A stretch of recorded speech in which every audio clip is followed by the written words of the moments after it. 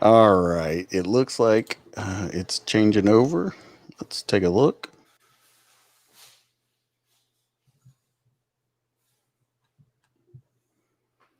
Hasn't gone up yet.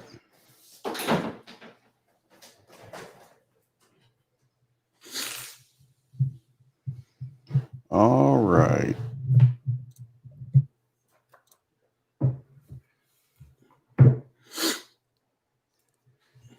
In 3, 2, 1, and we're live. Are you not entertained? Are you not entertained? Is this not why you are here? How about no, you crazy Dutch bastard?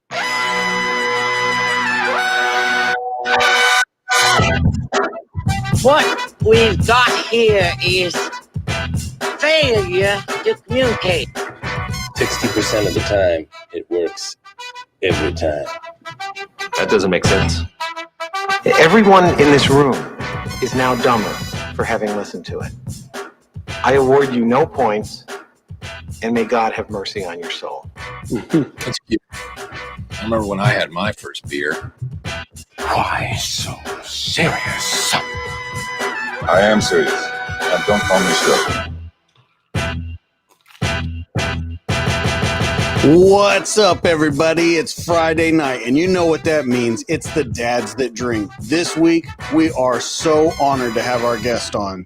He is a writer and director of my favorite trilogy of found footage films. I put him right up there ahead of the Blair Witch Project, Paranormal Activity. This is the man that really made them happen. So, without further ado, Jeff, let's bring him on. Stephen Cognetti. And I think that we're starting a little early, but I think it'll be good. So here we go.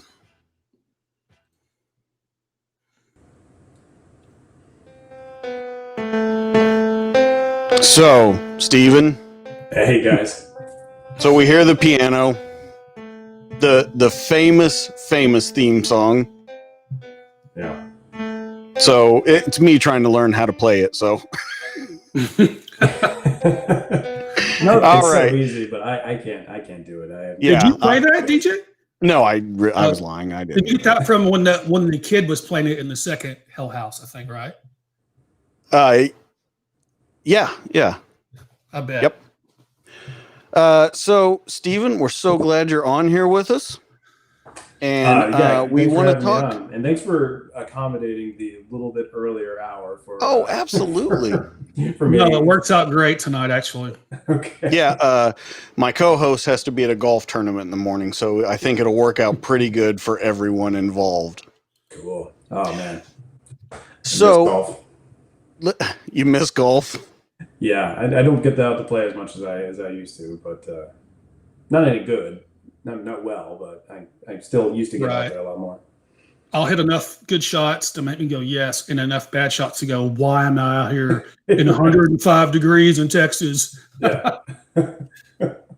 Yeah, the golf here, I haven't golfed a lot since I've lived here. I've lived here for 14 years, and I haven't golfed a lot because it's too hot in the summertime. It's, we have those months where we'll do 20, 25 days of 100-degree weather in a row. So it's not worth it to me. What's Texas like in January? It depends. 60? Yeah. 60s. So that's like a good time. Right. Yeah. January, January, February are pretty good. We might get a cold freeze that lasts for about a week, and then it doesn't get that cold again. So maybe snow once a year. Maybe. Okay. Maybe. Now, where you're at, how often do you get snow? Yeah, normally we get snow a lot during the winter. This wasn't that bad. I'm up in northeastern Pennsylvania right now, which is near Scranton.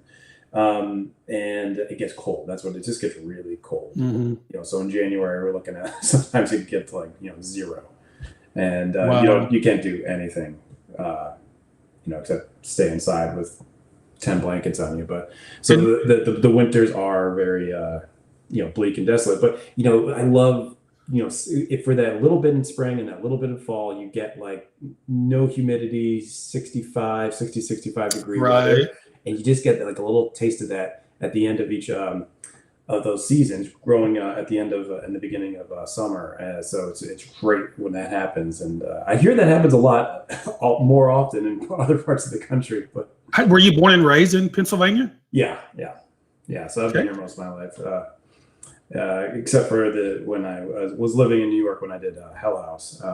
But we moved back to Pennsylvania after we had our first kid, and we realized that New York is unaffordable unless you are an investment banker or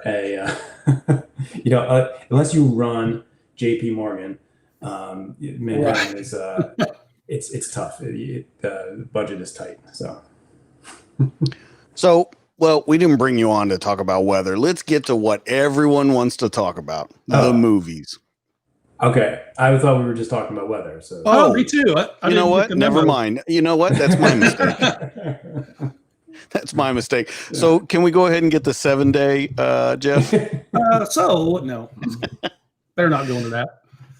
So let's talk about these movies, because as I said in the beginning, and I absolutely believe it. I told you, I'm here by myself this week. My wife is on a trip to see some of her family with my daughters, and they're in Washington State. And my oldest, that I told you when we talked to do the sound check, is a huge fan of these films. Well, I didn't tell her about it yesterday that I got you on, and she texted me and she said, "You didn't tell me you got him on the show." And I said, "Yeah." And she goes, "Tell him I'm a huge fan, and I'm so happy that he's on." So that's great. That's great. Yeah. So when I said it in the beginning about, right up there with Blair Witch, Paranormal Activity, this is my absolute favorite, because if we look at them, Blair Witch, it changed film. The landscape of it, I think. Yeah, it did. Yeah, definitely. Blair Witch 2 came out, horrible. I think some people might disagree with me, but it wasn't good.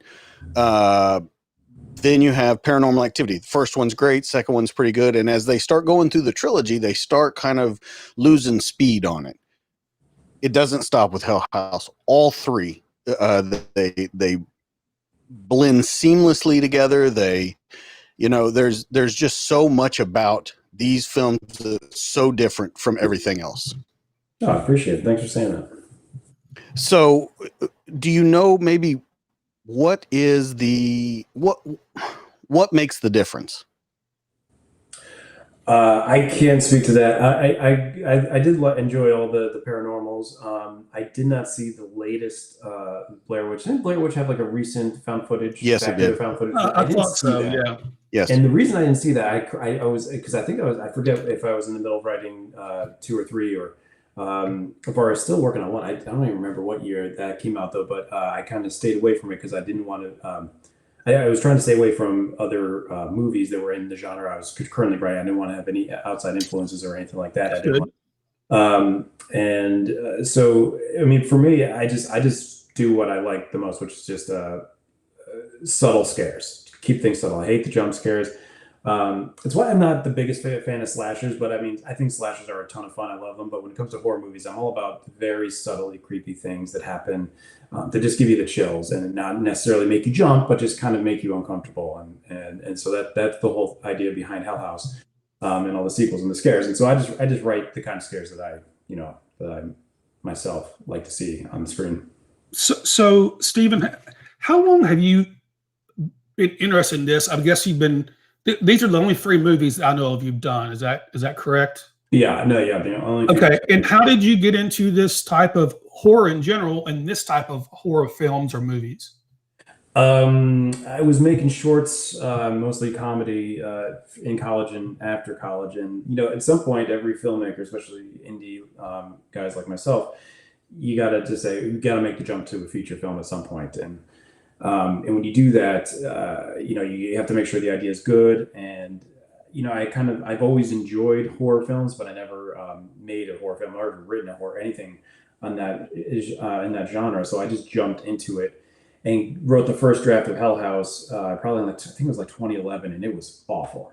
It was the first draft was, and I always feel bad for the people who had to read that first draft, but gave me some great feedback, saying like, this needs a lot of work. And so the first draft of any script is going to be terrible though, but it went through a lot of rewrites, and then me just kind of thinking through the process of like, what do I like the most and what I love the most. I love abandoned photography. So photography that explores abandoned places.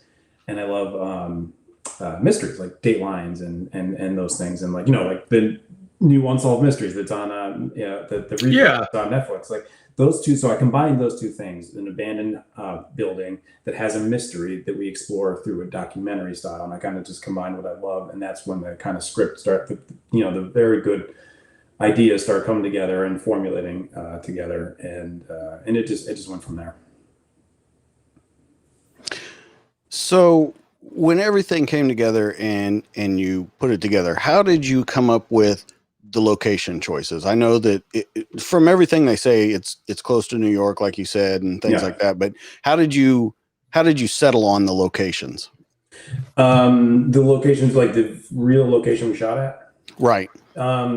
So when the script was done and I knew it was locked that what we're going to shoot, the next biggest challenge was going to be obviously finding this abandoned place that could double as a haunted house, a real Halloween haunted house that has people going through it, and also really looked like it's been abandoned for decades. And I was actually looking for real abandoned places at the time, and I was traveling all over the area: Pennsylvania, Jersey, New York, Connecticut, upstate New York, and just looking for abandoned buildings. And I realized that's just like such a fool's errand. I was really just wasting my time, because even if I found a perfect abandoned building, it's like, is it going to be safe to shoot in? B, like, what's the electrical like? You need electricity to shoot movies. So it's like, it was like I was just inviting all kinds of trouble on what would have been my first feature. So I decided I just switched the focus to finding an actual Halloween haunted house, one that looked abandoned. Right. And then then the sets just they make themselves. You can make it look like it's a functioning Halloween haunted house. You can make it look like it's abandoned. Something that has all that there. I reached out to a few places, saw a few places, and we settled on when I met Angie Moyer at the Waldorf Estate of Fear in outside of Allentown, Pennsylvania. It's a town called Lehighton, and it's only 2 hours outside of the city, so it was able to be, the cast and crew, everyone is from New York City, so it was really easy to get there. It was just perfect that we found that place, because it fit everything we needed. Right. And it's interesting. You said you worry about electricity and all this stuff, which is exactly what they were worried about, how they get electricity in the first sale house. So yeah, it's one of Tony's lines. He says, right, I need electricity to do what I do. And yeah. Right. So I thought that's an interesting, it was a real thing, and it was a real thing in the movie or the film. So I thought that's pretty cool. Yeah, but I kind of feel like the whole story of the Hell House, what they were doing in that movie, in the original, when they went out there, it kind of mirrors exactly what we were doing on this film. Really? It was just myself making my first feature. There's a lot of pressures on that, and we were kind of going into the unknown, out to this remote town. It's rural Pennsylvania. A crew, nobody really knew each other. We're all just getting together for what would have been 10 to 12 days to film this movie, and and a lot did go wrong, and a lot could go wrong, and I kind of felt like it mirrored that group, what we were, who we were, what we were doing. I felt like I was Alex trying to keep everything together, and anybody who's ever shot a movie before knows that like so many things will go wrong every day on set, and then so there was a perfect metaphor how we mirrored the actual fiction that we were shooting. And so how do you come across the actors? I know that you said that when we talked that you had stayed in New York and kind of, you had all your auditions right then while you stayed in New York and everything. So they're pretty much local actors. They're staying pretty close to the script of all the movies. They're from that area and things like that. So do you feel that maybe gave your movie a little more realism? Maybe they had a little better feel for the area? No, nobody was from the area of the main cast. Oh, okay. Yeah, no, they're all actors. that we auditioned in New York City. There were, what is great is that it being a real Halloween haunted house, we did have a lot of actors that that work at that haunted house in season in October, played smaller roles around, which was great because they all did a fantastic job because it was very natural to them, obviously. But yeah, no, all the actors. That was the toughest thing about the film is finding that group of 5 people that were going to be very natural together, as if they had known each other for so long and built the company together. When in reality, they had probably spent a night, a 2-hour car ride together. Wow. Before we started shooting. So and then that's why they are what they are. They're great actors, and they were able to do that and just get into that world without having really much time to gel. I guess that's the same on a lot of films. That like a lot of actors that you don't have that time to get together. But we put them in a car together, all 5 of them, and where they were seated in that first scene when they drive out to the Abaddon in the original movie, and we just told them like play games together, play those car games that people play traveling, anything you can just to get to know each other. And when they got out, I mean, it seemed like they had a great time together. And so, Right. and that worked. And of course, they were always just all hanging out together on set. Like they became a good group of friends, and everyone, not just those 5 actors, but the crew and the actors, and even some of the supporting roles. Everyone, it was just a great set. A lot of great people. That's interesting, because if you were to, go back now and look at that scene, knowing what I know now, what you just told me, it is. You would have never known they only know each other for a few hours or a night. So that's pretty cool. Me not being the movie guy, I've never been on the directorship and on a set like that. So when you mentioned you filmed it in 12 days, it only took 12 days to film it from beginning to end? It took 14 days. But we filmed for 10 days out at that location, out at the Abaddon Hotel. Okay. So we shot there for 10 days. And that we were lucky that it's found footage. So, a traditional narrative horror film. Okay. You got to shoot 5, 6, 7 setups at the very least for every one scene. So every one scene we're shooting is one camera setup. So that saves a ton of time. So we can if a scene has like 5 pages to it, I just need one camera setup on that.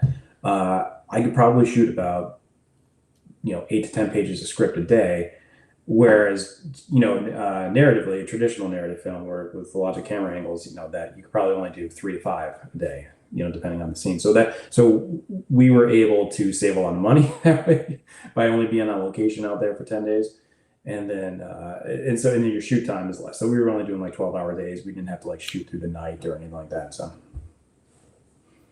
well, and going back to it with a short, shooting schedule that you had, the people never knowing each other, and it goes through all 3 films where they talk about how close this group was supposed to be, that the ones were childhood friends, that they were his first hires, they were all this, and all the different dynamics that go on. They really fulfilled them. And I don't know if you want to talk about the third one, how everything kind of culminates and we possibly see those people and things like that. I don't know how much you want to give away, but if you can talk a little bit to that about how the story really kind of carries through all 3. That was the goal from the get-go, is that I was always hoping to tell a bigger story than what we saw in the original, and I never knew I was going to be able to do that. So there's a lot of story elements that we lost from the original scripts. We made it found footage, and I always said jokingly to people, I'm like, oh, well, when we finish the trilogy, I'll tell the rest of that story. And that was always a joke. I never really meant that, and I never thought we would be able to make it, especially because it's found footage, and found footage doesn't really, you don't get those kind of continuous stories. So I was really happy I was able to do that, because there is a lot to the story that was originally mapped out for everything, for the Abaddon Hotel, for the links to the crew of Hell House. There was supposed to be so much there under. It was really an onion, and and I was only telling this just the tiny bit of the tip of the iceberg part of the story, which is the Hell House story. But there's so much there to the Abaddon, to the town itself, and to the cult, that I was able to definitely like go into more when I knew I was going to be able to do 2 and 3. And I was just so happy I was able to continue out that story and tell the rest of Hell House's story, that those the characters that we know from the original go through everything, tell their conclusion. And so what we did in 3 is we concluded the Hell House story, but we have a lot more to explore with the town of Abaddon, and both backwards and forwards. And so the Hell House group, they're done, but there's still more to know about how they're linked to the Abaddon to begin with. And that's something that like I'm really excited to be able to dive into, once we're able to make movies again. Yeah, and I thought the last film in this trilogy really left a lot. Like, tell me more about Abaddon. Tell me more about this place. Not just. So I think you did great with that, because I was thinking, I saw the priest was interviewed, and he was a big part of the last one, and in some other, I don't want to get, like said DJ said, give too much away, but Right. I thought there was a lot left, or a lot desired to hear more about it from the viewer's perspective. Yes.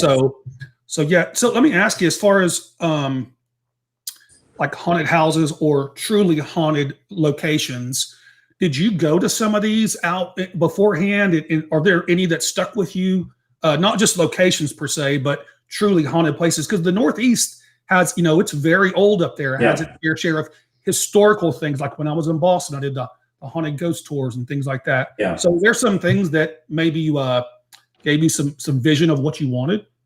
Yeah, any place that's famous for being haunted is, the worst place to go, because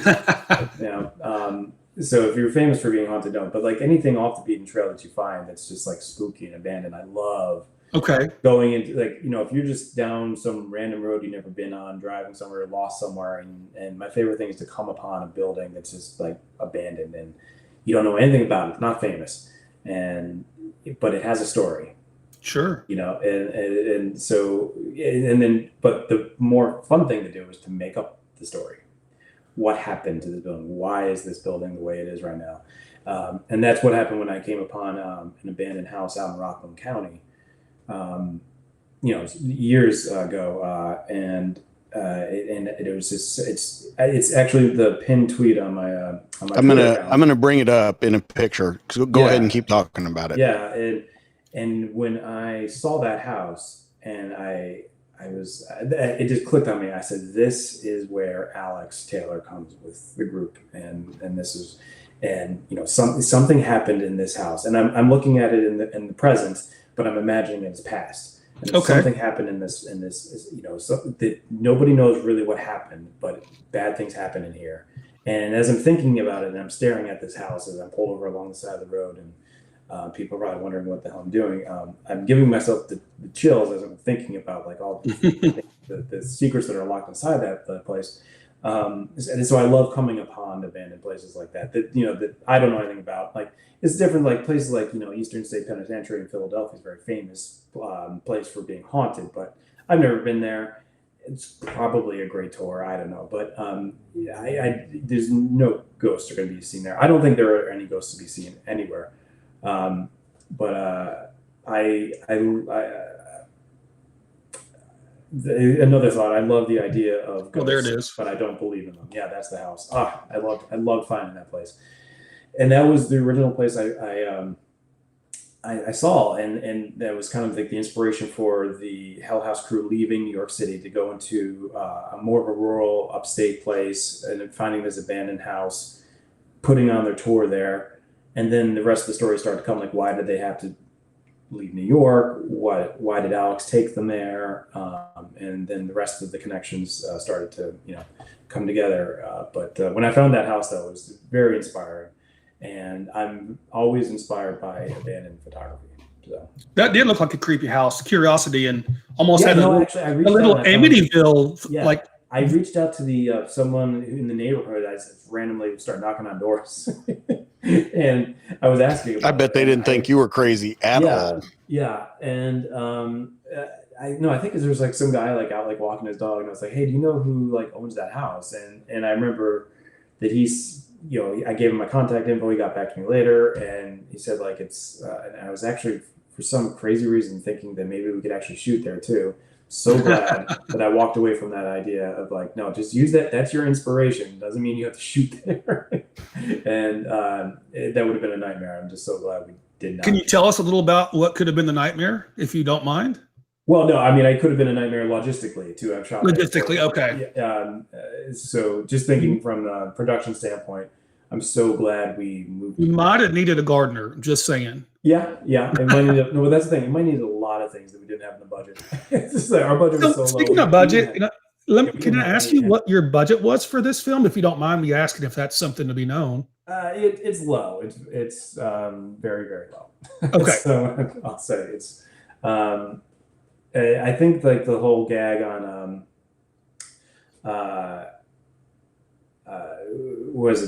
Blair Witch is did that cost like $15,000, I think, all in.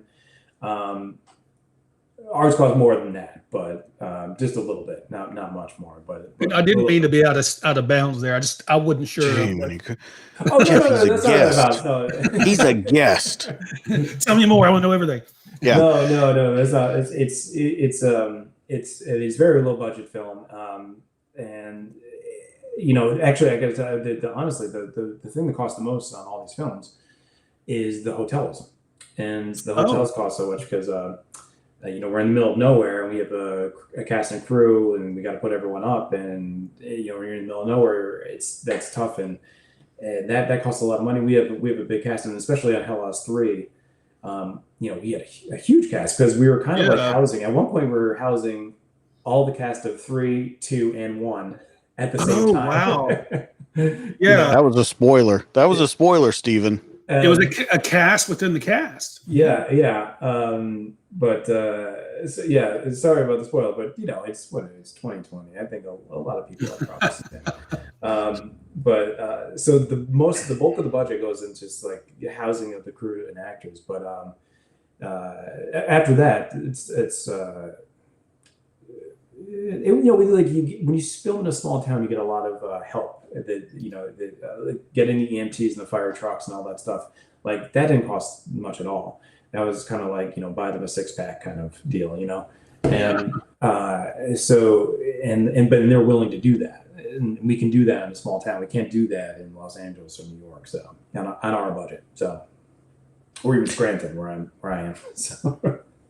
So before we get into individual characters, a favorite character of yours throughout all the films, do you have a favorite character, or if you have to break it down by each one, 2, and 3, a favorite character?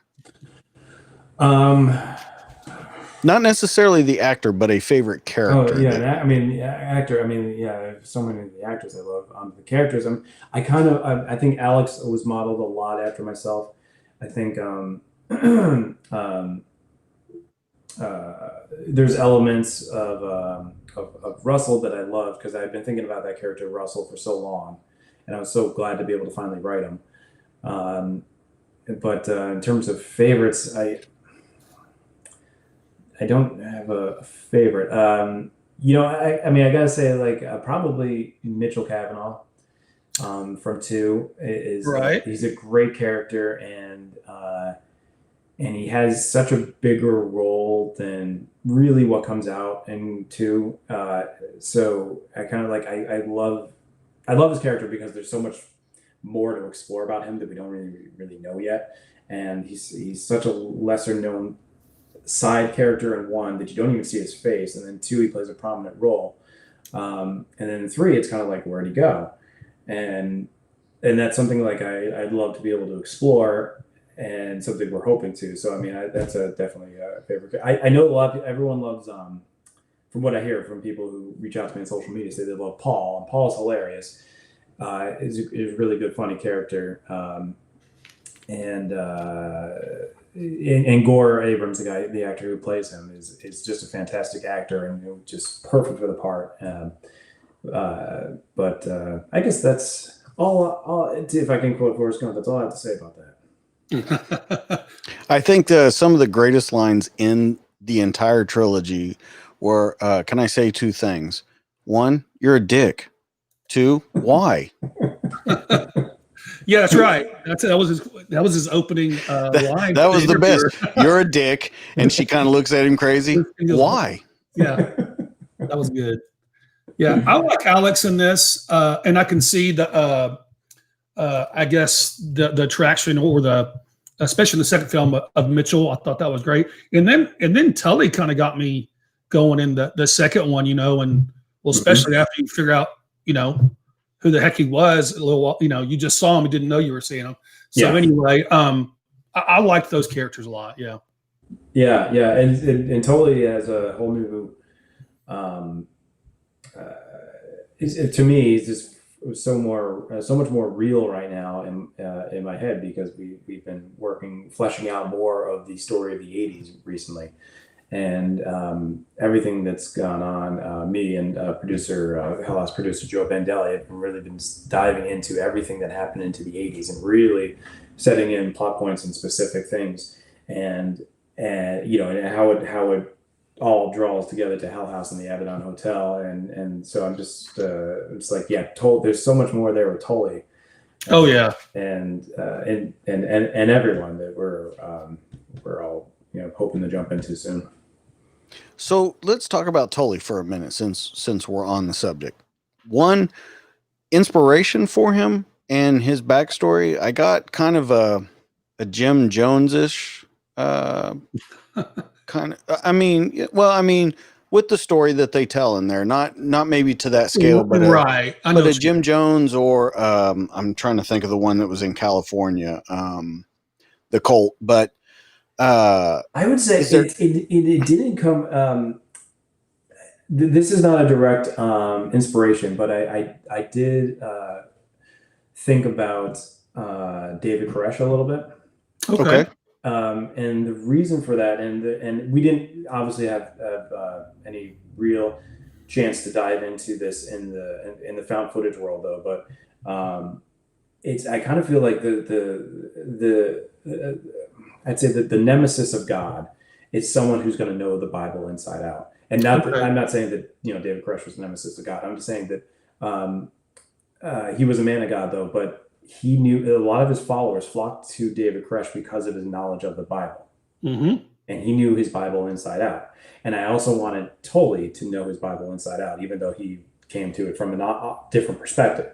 And so I always kind of like thought that there's got to be that draw, and some of that draw is that Tully he is not a man of God, but he knows his enemy inside out, and he knows his Bible inside out. And so I remember just hearing an interview. There's a book that came out recently of one of the Branch Davidian cult members, and saying that they were so drawn to him because they've never met anyone who knew the Bible like that. And I kind of wanted Tully to know that too, but from coming from a completely different spectrum of faith. So there was a little bit of that. And I also, that's living, and then post suicide, he became something a little bit more. And every time I was thinking about him, I always think of Randall Flagg in my head. Stephen King, The Stand, Randall Flagg. There's always someone who's the Antichrist kind of guy. Someone that I always think about when I'm writing that kind of character.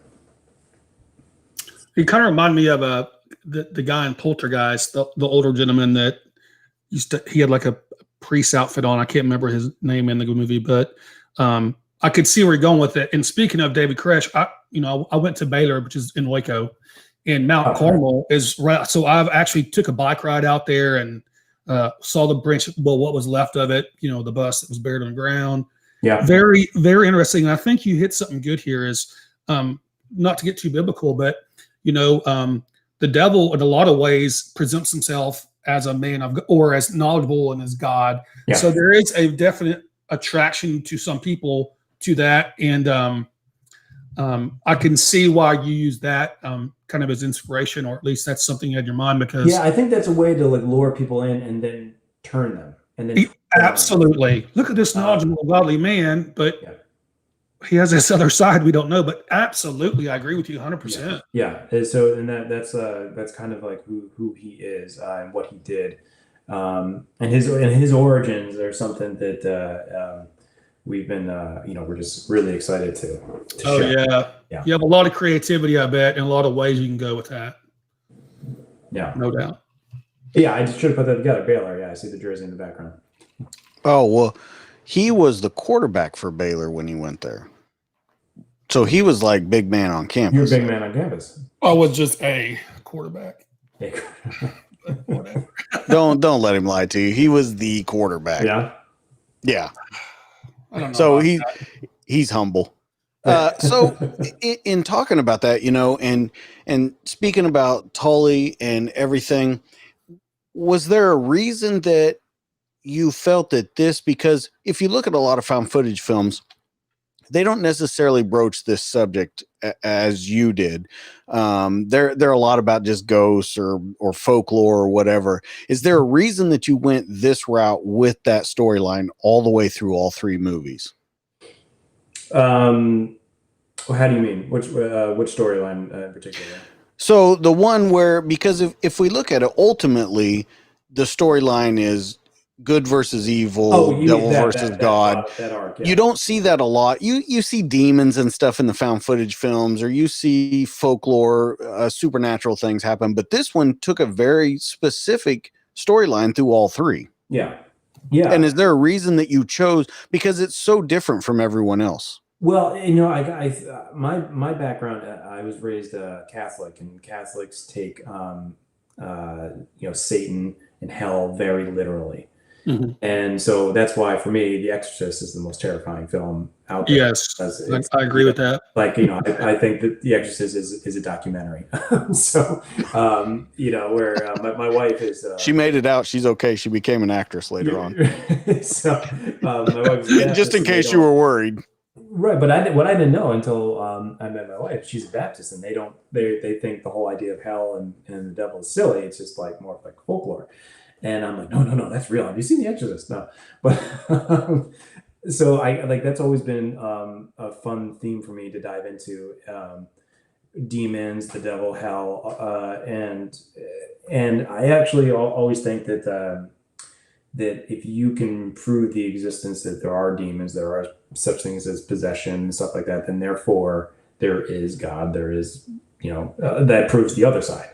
So it's just for me, it's always maybe like even like a reassuring kind of thing to know, like if people need demons exorcised out of them, then that means there's a God too. So, but that's a side thing though, but it's just a theme I love to read about.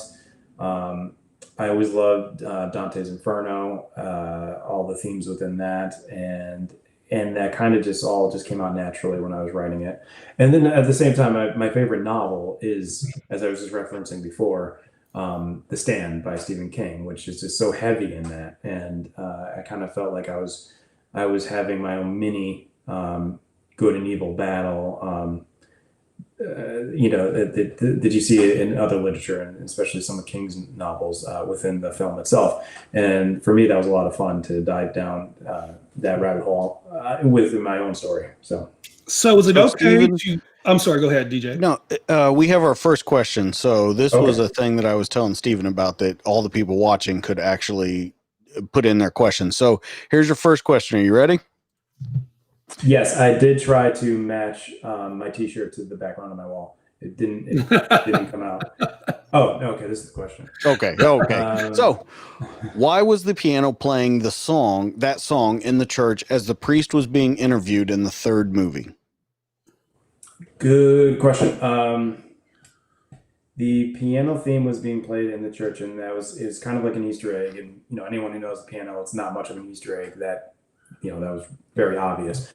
But there are things going on in the town. What's going on in the town has left the Abaddon. It is in the town. It is everywhere. It is spread. And the hauntings are therefore you're not safe if you're just within the Abaddon Hotel. It's gone everywhere. And actually, the original script for Hell House 3 opens up with a lot of those disturbances happening around town. And we had to cut a lot of that because we just, we don't have the time or the money to shoot a lot of the early scares that script has. But I wanted to show that things like that were going on elsewhere. But when I lose story elements like that, when I lose scares, when I lose things that I can't do either budgetary, schedule wise, I find other ways to incorporate them subtly into scenes that we are shooting. So one of the things I was trying to do in that scene is to show that it's almost as if the ghosts of the town are trolling the documentary crew and they don't even really know it, And that's like, come to the Abaddon. It's kind of like when they're playing that piano. Who's playing it and why and how is kind of a mystery, and I like to keep it a mystery rather than just explain exactly who was doing it. But that's pretty much the idea behind why that piano is playing in the church. So I noticed this more as I got into it, but it seems as though, and I know in the documentary footage, I should say, they go back and go, oh, look at this, freeze it, and they start singing. It's almost like I could see it in the background in the film, but may not have noticed it at the time. Mm-hmm. And then I'll go, oh, maybe I missed that. Is that true? There are things that maybe the viewer might have missed, but they might want to go back and look it over because of within the movie. There's a lot of those in all three films where there's either two things happen. Either there's something in the background that's an Easter egg, it's a scare, or something that most people might miss. And there's a lot of times they will just leave it there. You missed it, and maybe you'll go back and find it later. But then other times we'll go back there for you, and we'll, like a documentary crew would, we'll rewind that footage and we'll focus in on what was in the background. And I like that too. I think it kind of makes it I think that makes it, when we do go back and we freeze frame and we zoom in on something with the music, it kind of makes it feel like an actual documentary. And, yes. And that's why I was going for, I wanted to seem like a real documentary.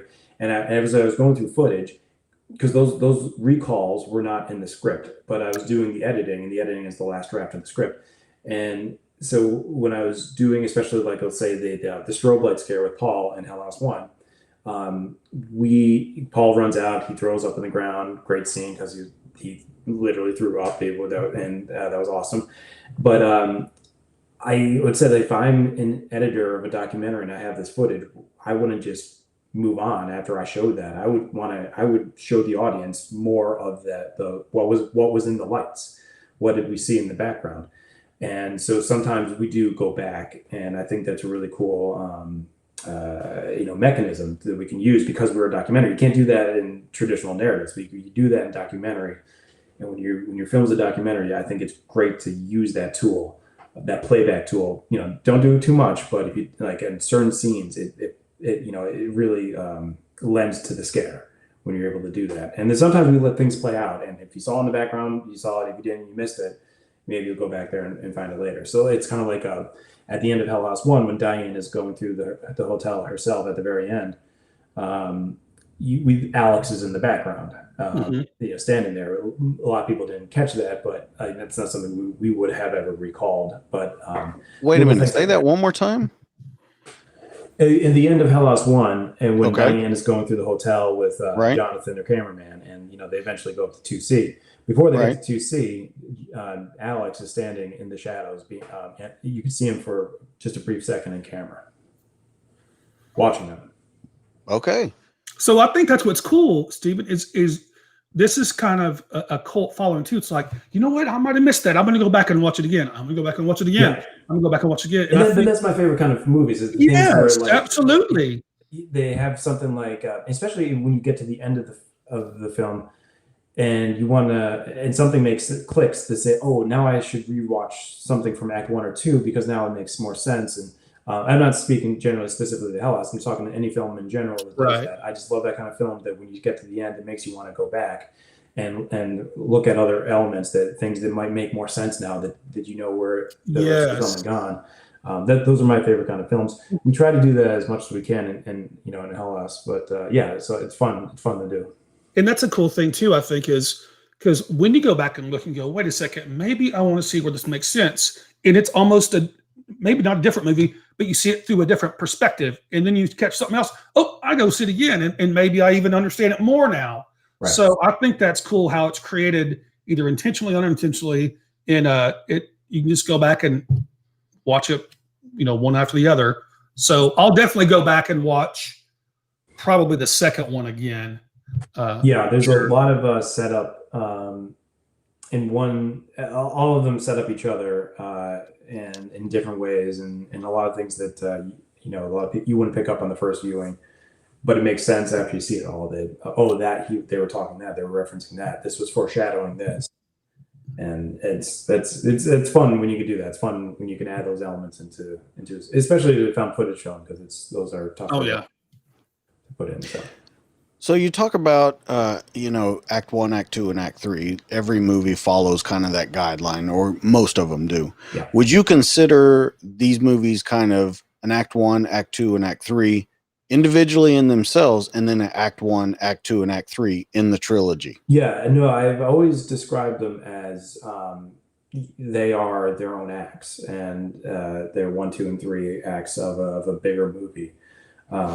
They're like, you could consider them one movie. Yeah, I would definitely consider it that way. And yeah, obviously they each break down into the individual acts as well, though. But I do see this as one movie. I see Hell House 2 as the middle act of a 3-act film.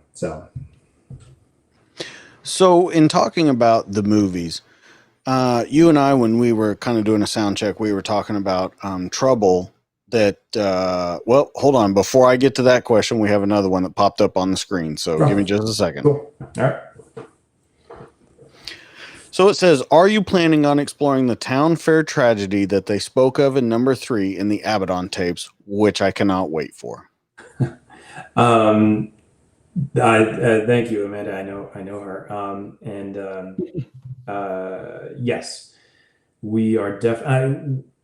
I wrote that incident specifically into Hell House 3 because I made Vanessa mention it in Hell House 3 because that's something that happened in the town's past that I want to jump into, and what happened there is a lot of fun. What happened at the town fair in Abaddon before Hell House even came to Abaddon is something we want to explore in the Abaddon tapes. It's definitely a part of the Abaddon tapes as we have it sketched out now. The Abaddon tapes has that part in it. It's really a cool episode. Joe Bandelli and I have been putting together all the stories for this 6 episodes of it, and so we cannot wait to tell it.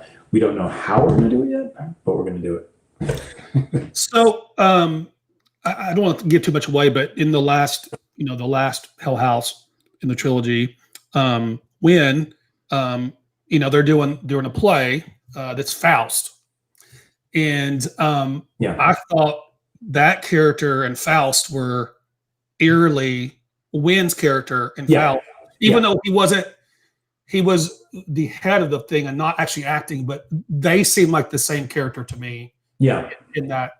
And I purposely made it that way. There's some dialogue we cut out because the film was running long, and we had to cut down some dialogue. But there's one scene where it's like the metaphors that Wynn are talking about are so similar to Faust's own struggle, and it's that inner struggle about faith, and he goes into it a little bit once. It's during the rehearsal scene in 3, where he's talking and he kind of seems like lost, and he goes on about his own personal struggle. And it's the one time where I think we're really nailing it on the head, very close to Faust. And we cut it out though, because that scene ran really long, and I was doing a lot of the scenes in 3 ran long because I was just trying to write in a lot, and then when we got to the editing room, we decided we had to cut a lot because it was it was like running to like 35 minutes before we got to any of our A scares,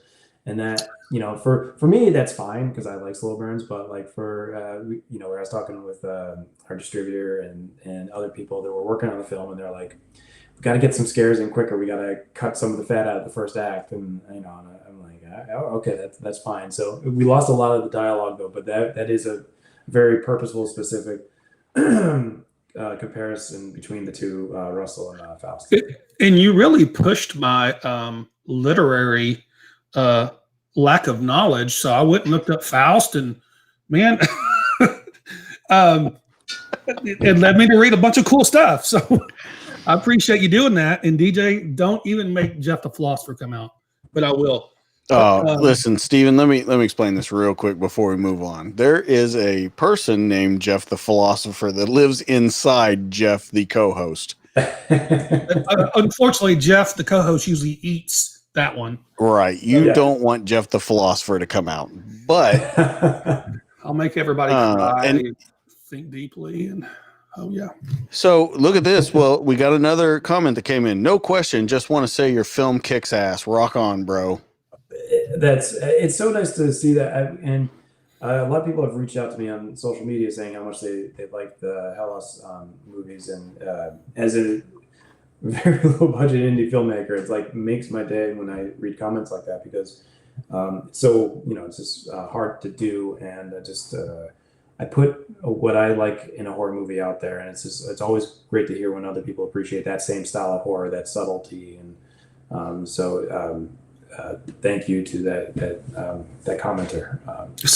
Makes my day. Yeah, and you look like you look like a younger guy. You look like you're just getting into this, and you have a lot more to offer this industry for a long time coming.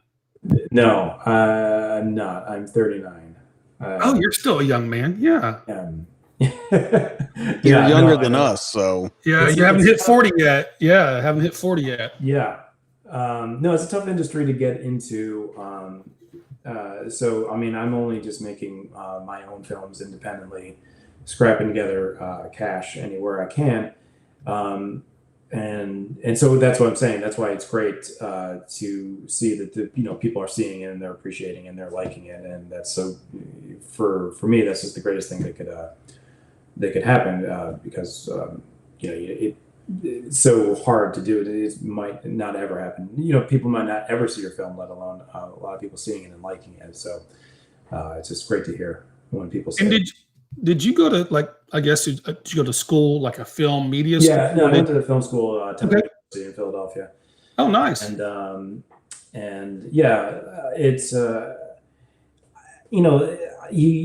going to film school is great, but the best thing to do for making film is you just got to work on sets. Is the best thing you can do. And so the more sets you work, even if you just hire a PA, that's the kind of experience you need to know how to make your own film.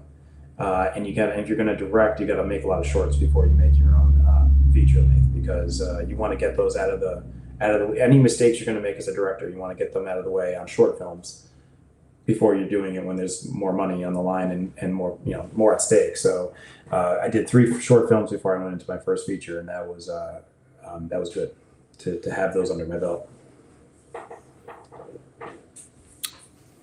Well, this is pretty good that they said they need Joe Bob to play him because he's a legend in horror, and they say they need to get him to play him on The Last Drive-In, which coincidentally also runs on Shudder, which exclusively ran your films. Yeah, they did 2 and 3. Yeah. Mm-hmm. I had to go yesterday and get it added to my deal so I could watch them. So no, I can't say enough good things about Shudder. I love that, we need us in the horror land, people that love the genre. The greatest thing that exists is Shudder, because the way they curate films that I would never see any other way. Good indie, independent horror films from around the world, and they break them down by subgenre, so they're easy to find. What I'm looking for, I can easily find. So it was great for us to have our films on their platform as well. So that was an honor when they approached us to say they wanted to premiere Hell House 2 and 3 exclusively on their site that I was just like, yes, absolutely. I love your platform. So of course. So, let's take a side note for just a minute. When you talk about Shudder and you say they have independent films, they help push those and things like that. Let's talk about, and this is going to get away from the Hell House movies for just a minute, but I think it should be brought up, especially in these times. Let's talk about two different kind of models in film. One, you have the studio system where you have the big ones pumping them out. Even Blumhouse has teamed up with Universal now. Monkey Paw has teamed up with some other people. And then you have the independent route where I don't want to say you own the film, but it's yours. Yeah. It's not got a lot of people putting pen to paper saying, I don't want this, I don't want that, I don't want this. You get to tell your vision. So the first part of the question is, let's talk about the two different ones and which one is a better route to approach the film industry for maybe people that want to make films. And then second to that, with this shutdown happening, films not coming out, do you think the independent films are going to be way stronger coming forward than a studio film? Because we can put those to the home premieres quicker. We can put them at $20 and people will rent them. People will buy them. So first, let's talk about the two different systems. Which is the better one to go through?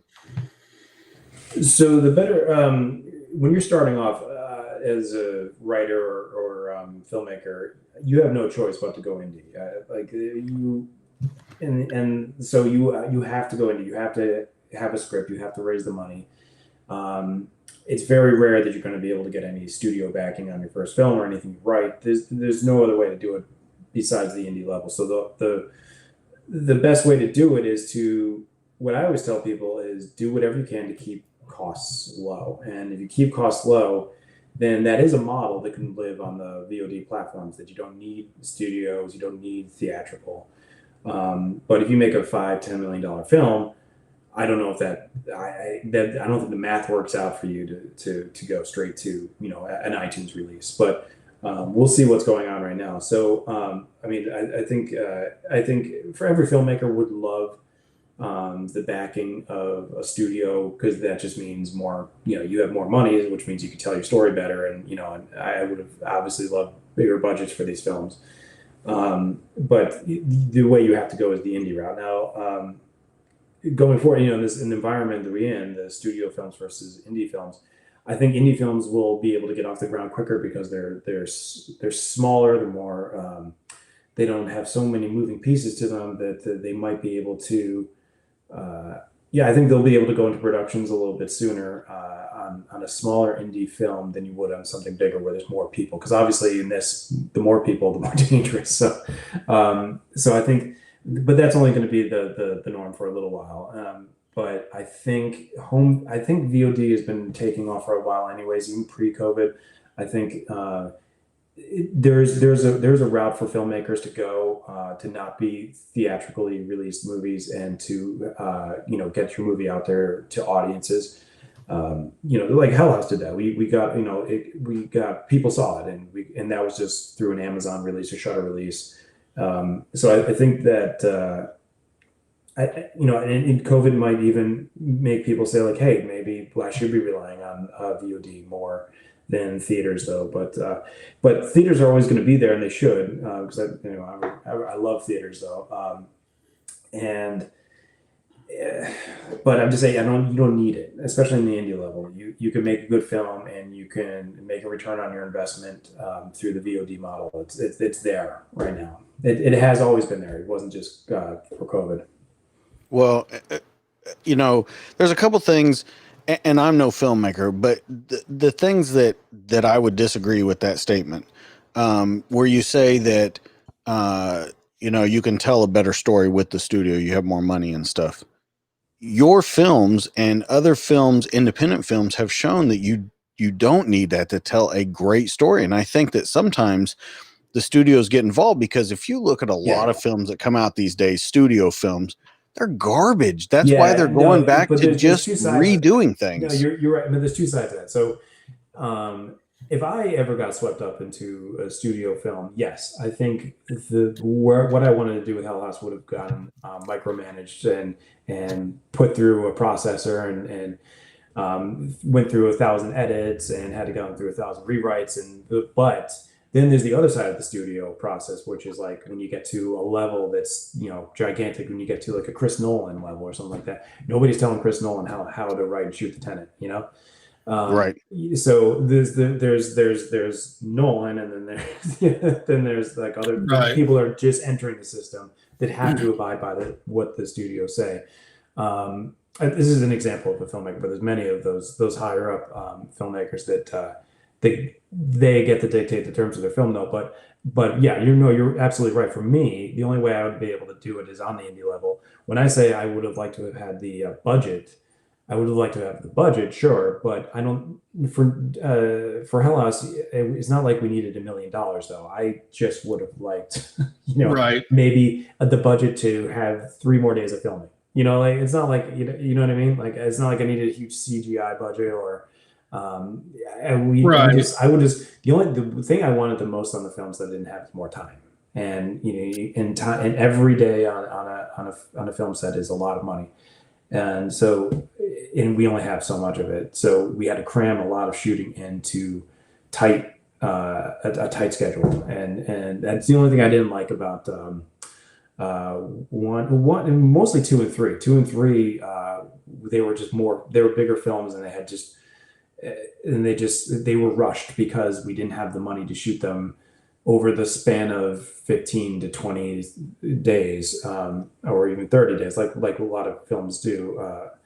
We had to shoot them really, really, really quick, and I did not like that. But that's the only reason why I would have liked more money, not because I really like the studios to be. That was going to be my question to you. Was also is what kind of? I mean, I guess it's silly because you kind of answered the questions, answered Dustin's questions, but ideally.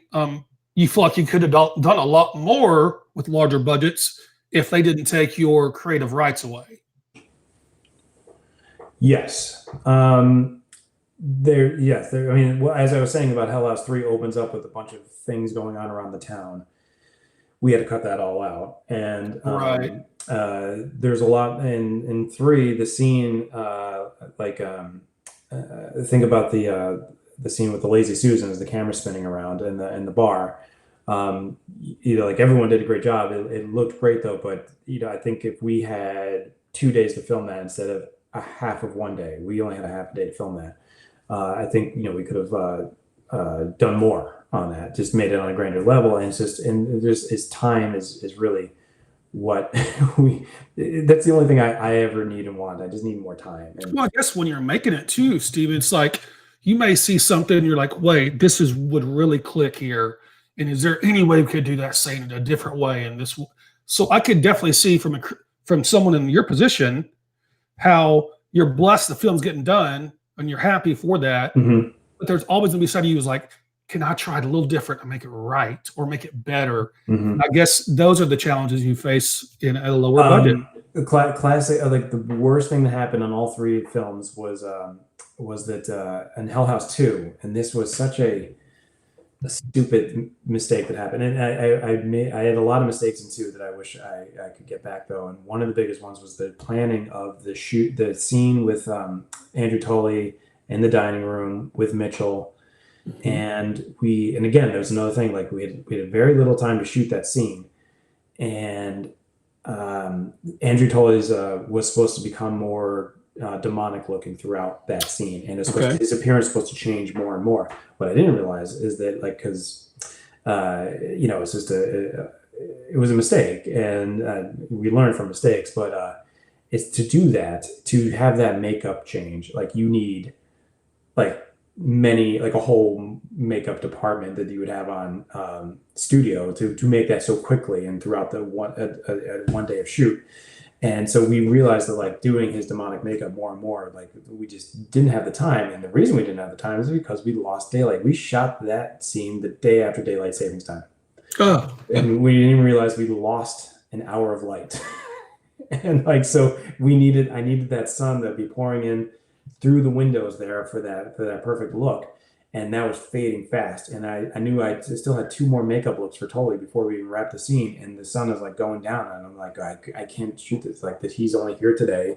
He's only scheduled to be here today, and we can't. So we got to kill the effects. We got to kill the makeup effects, and we got to just kind of start even picking up the pace of the scene to begin with. And you did. I thought you did a great job of his voice change at one point from a really demonic entity as more than Tully, but I can see, but that gives you some wiggle room in the next ones, or you can you can take from that and make it maybe bigger and better in the next thing. So yeah, I mean, that's all I'm saying. But it's just like the only thing I ever wish I had it's just more time, and more time you need more money. So that's why I said that. So, and my second thing I would like to add is the makeup on this. So I thought they did great with the makeup, especially knowing what I know now.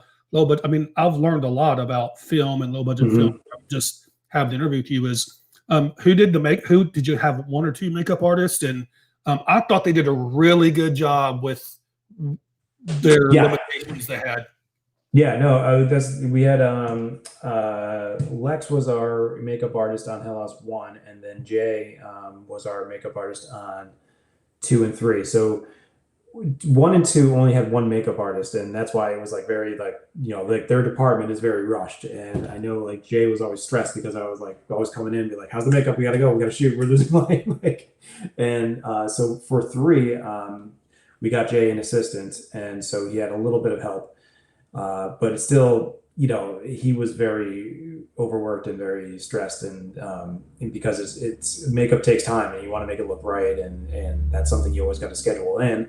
And then when you only have, a half a day to shoot scene X, and so it's the thing. It's just scheduling is just the that's. I wish I could have more of it. I wish more days. That's all I want. More days. So we have another one that came in. It said, you've spoken of Easter eggs in the movies. Do your gracious hosts know that you were in the first one as the YouTube video recorder, and that Joe Bandelli was a photographer in all 3? That is true. I was. So the funny thing about Hell House 1 with that chaos scene is everyone running through the hotel. I realized the most dangerous spot was going to be the person holding the camera running around, not being able to see where they're going. So I knew like I want to do that because if I get injured, I'm not going to sue myself. So I took the camera and I just had they put foam on either one of my shoulders, and so that was just like I had these like I was a football player. I had like I was looking shoulder pads on, and I was just running around in the crowds like falling onto the ground with the camera and doing it all. And Joe Bandelli, the producer of all 3 films, he is in all 3 films and dies in all 3 films, and nobody knows it's him in each one because we change it up slightly. We only show a little bit of him in each one more and more, and that was great that we were able to do that because he's a good producer, he's a good filmmaker in his own right, but he's a good producer and he's a good actor too. So it's great. So y'all are doing a little bit of the M. Night, is it Shyamalan, like do your little cameo? I only did it. I didn't do it for Hitchcock made that famous. I didn't. Oh, really? I didn't do it because for it to be Hitchcockian, and I did it because to avoid a lawsuit. So. Yeah. Yeah, Hitchcock was in every single one of his films, I think. Yeah. Yeah, he just quick. You can't see it. I mean, if you're not paying attention, you don't see it. But Hitchcock made that famous. Yeah. And by the way, Stephen, you were fabulous as a YouTube shooter in that. Like, you should really consider going on the other side. I might on the other side of the camera. Yeah, you should really think about that. Thank you. That was very nice of you to say. So Brendan says you want the budgets, but not the restrictions of the studios. Yes. Is that too much to ask? Yeah. No, I get it. But, I would even say to you, you brought up Christopher Nolan. Yeah. And you say the studios don't tell him how to shoot Tenet. They don't tell him how to shoot The Dark Knight and stuff. But I would also say that every single one of his films, if you were to go into it cold, not know who shot it, not know who the director was, you could tell that it was definitely his film. Right. Because they all look exactly alike. They have different storylines, but they all look exactly the same. And that goes back to my thing about the studio, where I think that they might let him shoot however he wants, but he better fit a certain mold to get that movie. I think he's an auteur for sure. I think he has a look, and he's earned that over the years. But there might be something to that. I don't actually necessarily that I want the budget, but not the restrictions of the studio. I don't really want the budget of the studio, like maybe $5,000 more. That's all I want. I don't need $5 million more. That is shockingly low. I know. I just say, like, we work well, we work quick, but we always need more time. So the idea, well, I mean, also the thing of working indie and is that you're wearing so many hats. So there's only so many parts of the production I'm worrying about. I'm not just directing, and because it's everything it's my company that's making the film and everything like that. So there's a lot of things I'm dealing with, legal issues, insurance and union and stuff like that. So it's all going through me. So it's like my mind is a million different ways when I wish it was just focused in one area. So it's complicated, but if you were doing even, I don't even think just a studio, just a bigger indie film, like you see, maybe like thinking of just blank out, but there's a lot of great, like anywhere from like you could even do like an Evil Dead when Sam Raimi, I mean, he produced it, but it was an independent director that did it. Yeah, but I get that. I'm just saying that it's more of this. I guess the more budget you have, the more infrastructure you have within the film, and then therefore the more you can focus on I can just focus on the directing, and someone could just focus on doing the wardrobe, makeup, and our makeup artist doesn't have to also be the third grip, big, it's things like that happen on a very low budget indie film, that don't happen on other indie films that have a bigger budget though. But so how do you go about raising money for a film? I mean, I guess that's a producer and some other things, but how do you go about raising money? And for something like you, I could imagine people would love to invest and give money to your films. No, it's not. There's not what I've given this advice to other filmmakers that are just trying to make their first feature, and I say, like, it's so much easier to go to a lot of people and ask for a little money than it is to go to a few people and ask for a lot of money.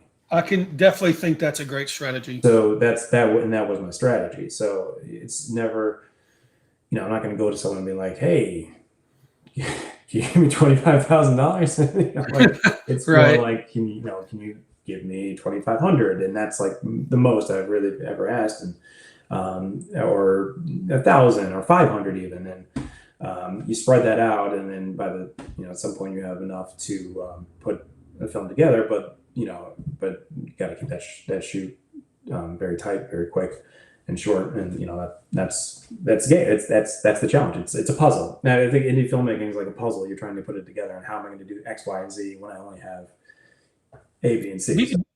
Do you think this low budget or this types of movies is preparing you for?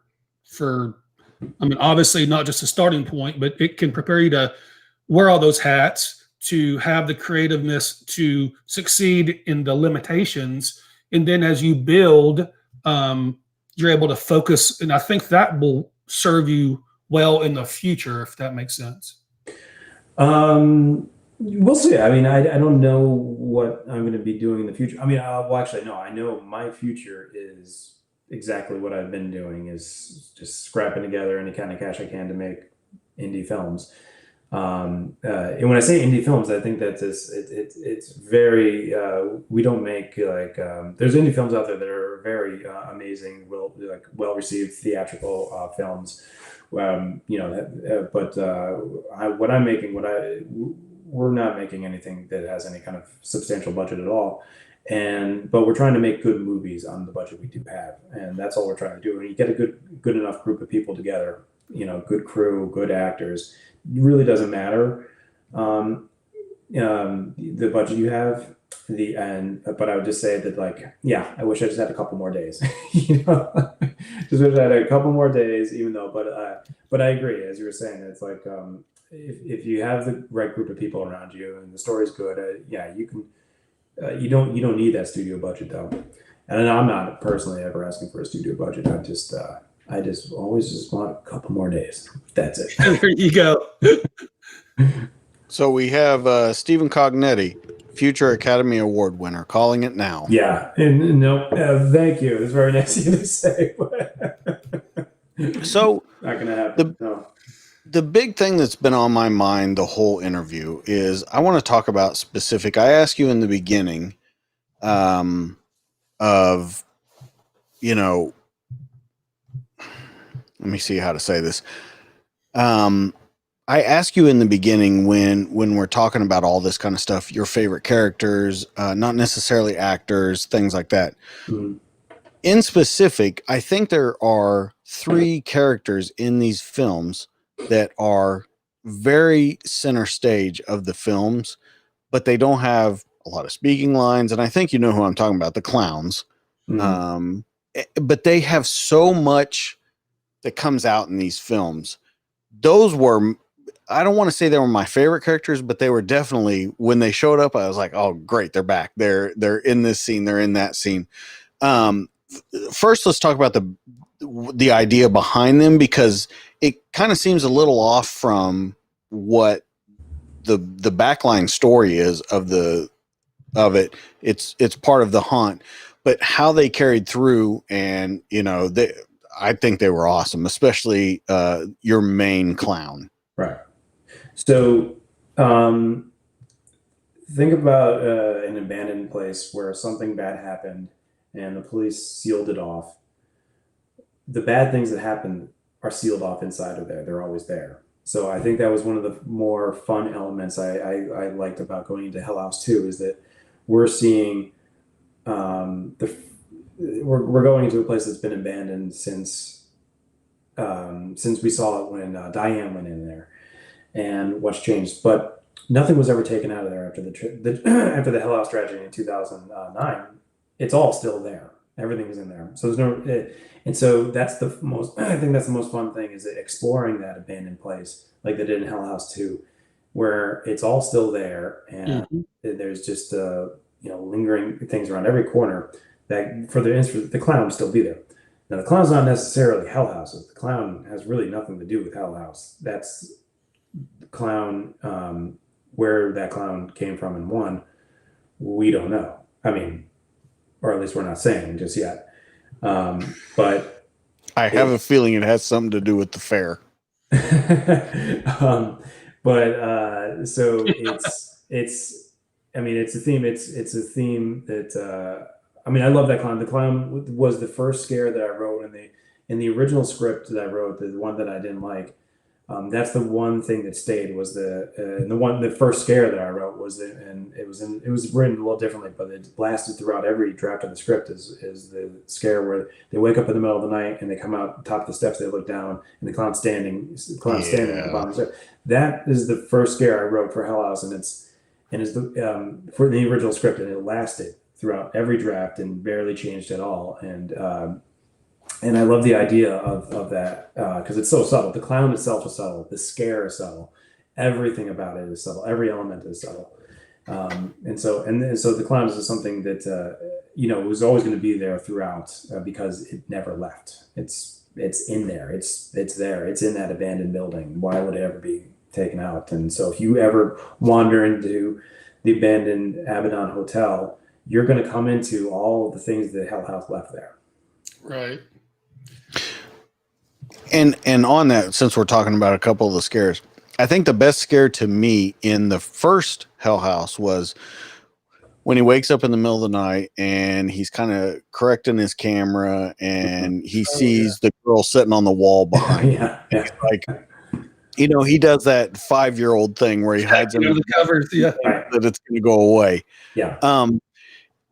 I guess I'm understanding it right. That is supposed to be the girl that checked into the hotel with her mother and then checked out. And okay. So I think that was my favorite scare of the whole movie. Yeah, that one turned out really, really good. I'm so happy with how that scare turned out. That was definitely one of our top A scares. When I wrote that, I was excited to shoot because I'm like, if we do this right, it should be a good scare that resonates, and it has with a lot of people. I'm happy. Like a lot of people have reached out and said they like that scare a lot too. So that was like, phew, that worked because I was really hoping that scare would work. Yeah, I liked it a lot. And that's the daughter of the owner of the hotel. Oh, really? The haunt itself. So her name is Bailey, and her mom Angie is the one who runs the haunt, and she was our set decorator for the film. So Yeah, and I think speaking of the clown right there, Okay. we have the clown in the picture. When will filming of the Abaddon tapes? When will it start? Did they find a vaccine yet? That's gonna No. no. Well, there was a scientist in Italy today that said that it is killing itself, and we don't even need to worry about a vaccine. That's great. I mean, I always love I go dive down the rabbit hole Twitter every day looking for that like really optimistic, hopeful news that I wake up every That's morning. pretty optimistic. Hey, just wait around. It'll kill itself. I've been like every morning since March, just wake up, go into Twitter. I'm like, anything, any vaccines yet, any cures? I'm like, no, not yet. So, but I think we'd always been intending to shoot the Abaddon tapes in 2021 anyways. We had no intention of shooting that in 2020. So that really hasn't affected that. So I think for our projected date of shooting, which we don't even know yet because we still haven't worked out everything. We don't even really know how we're going to shoot it. We don't even really have any backing yet. But if we get all that in place, we're gonna aim for the spring or summer of 2021. What I was going to go back to, you talk about scare. I love the way you say scares, and I think it's so interesting to hear your point of view on it and how they go where and when. But I thought one of the great things with the clown is you expected them to move and do something, and then they weren't. And you're like, oh, yeah, they do. So it was almost like a scare within a scare that wasn't a scare. So it's a play on words, but I liked how that fed off each other. Like I was expecting stuff to move around, and I was like, oh, okay, maybe that's not, but oh, yes, it does. Right. Yeah, we did that a couple of times in 3, I think, as well. That and I love this comment. You'll be waiting a while for a vaccine. Yes, I think we will. That's the pessimistic viewpoint, but who knows? I think either way, I think it will be a better place. Will be a better place in 2021. So I think I'm confident that whatever we're doing and whatever we plan on shooting, if it's the Abaddon tapes is what I hope to shoot in 2021, I think we'll be able to do it as planned, like time wise when we want to. So any kind of Kickstarter or anything like that to gain investors or anything like that you're trying to do, or are you going strictly your route again? We haven't gotten there yet. I don't know really what we're going to do. But the great thing about Abaddon tapes is that it's not just me. This time, I'm Joe Bandelli, the producer. He's co-creating it with me, so he's been working with me on all of this, and our distributor Terra Films has been helping out a lot too. So like we have a good base structure in place to create the story that we want to create in the Abaddon tapes. So I'm as happy, like on Hell House 1, 2, and 3. It was all just me, and it was very stressful. And now we have a lot more people involved. So it's I'm just confident that we'll find some way to get it done. I don't really know what that is yet. Maybe I'll find a box of cartel money somewhere. And No Country for Old Men. Just walk around the desert, you'll run across it. That might happen. I haven't really ruled that out as a possibility, and so we'll see. The cartel So let's go over a couple. I'm in trouble, but let's go over a couple of your favorite found footage film. Yeah. Which is it? I would say Lake Mungo. I have never heard of that one. Oh, well, that's the thing. I mean, like Lake Mungo is a huge inspiration for me for when I was devising Hell House. So if you enjoyed Hell House, definitely check out Lake Mungo. Like Mungo? Yeah, it's shot as a documentary, like Hell House. And that was Lake Mungo was the first time I realized, like, oh, you can make a documentary, like a finished, edited. It's not like, so found footage had always been like just like raw footage just presented to us, and we don't really know how we're seeing it. Where Lake Mungo had a cut together documentary, and she showed it, and it was so real, and that's when I knew, like, I knew that the scares that I had planned out for Hell House could work in the documentary form, because Lake Mungo had done that documentary so successfully, and it was such a good film. So I would definitely recommend that to. I'll definitely have to check that out. We know your favorite horror film is The Exorcist. Yes. Favorite comedy? Yeah, Airplane, hands down. Oh, nice. Nice. That's a nice pull. Favorite drama? Probably say it's one of my favorite films of all time. I'm embarrassed to say it though, but Wait a minute. Hold that one, because I know what your answer is. Oh, so you know let's, what that one is? Yeah, let's hold off on that one, because that. Listen, guys, if you haven't been paying attention, you need to pay attention to that answer. So we'll hold off on that one, because it's a bombshell. It's embarrassing, but I would probably say the Godfather, 1 and 2. Okay. I don't know which one. If someone says like Godfather 1 or 2, which one do you like more? 2. Yeah, I mean, that's the thing. I love 2. But I love 1. 2 right off the bat. I don't even have to think about it. 2. Yeah, but they're just such great movies. So, Jeff, 1, 2, or 3? I'm gonna say 2. Yeah. 3, it was shitty except for Pagliacci. But I think 1 made 2 only. what it was, so it's almost like 2. Yeah, it's. I would say 2 though. If you made me choose. Yeah. So let's do your all-time favorite movie. Now, guys, I'm telling you, strap in on this one, because it's a good one. I agree with him. I won't say it's my favorite, but it's a good one. So I have my reasons. All right. So and now I'm going to let you explain I it. would have never said this back in film school, because I would have been laughed out of the room. Back in day one, freshman year of film school, though. But I love the movie Titanic, James Cameron's Titanic, and I can't get enough of it. And it's got everything I love in it, and it's the ultimate abandoned building movie. Like, because we open the film exploring abandoned rubble at the bottom of the ocean, and this abandoned structure that's down there that it tells, holds a secret, tells a story, and that's kind of what I love. It's the same thing. I love abandoned photography. What better than that ship that's at the bottom of the ocean? Is such the best abandoned photography out there. There's nothing wrong with that answer. That was a great movie. It was a great movie. James Cameron gets a bad rap. I love James Cameron, but he gets a bad rap, and I think Avatar plays a lot into that, though. But he's made so many great hits throughout the 80s and 90s. I love him, and he's a good writer and director, though. But I love historical fiction too. If you guys remember The Terror on AMC. About the ship that's stuck in the ice? Yeah. So that is historical fiction. That's like real ships that had disappeared. The Crozier, the captain, everything. Those are all real people. Nobody knows what happened to them, and this is like a fictitious account of what might have happened to them. It's a great book.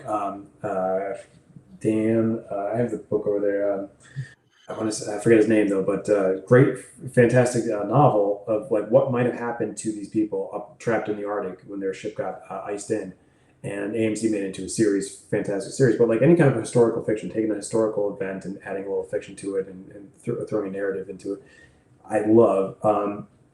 And I've always been obsessed with the Titanic since a little kid when I found it in '86. So everything came together in that movie for me. I love it. So, and I was saying that they built sets. They built these great, awesome sets.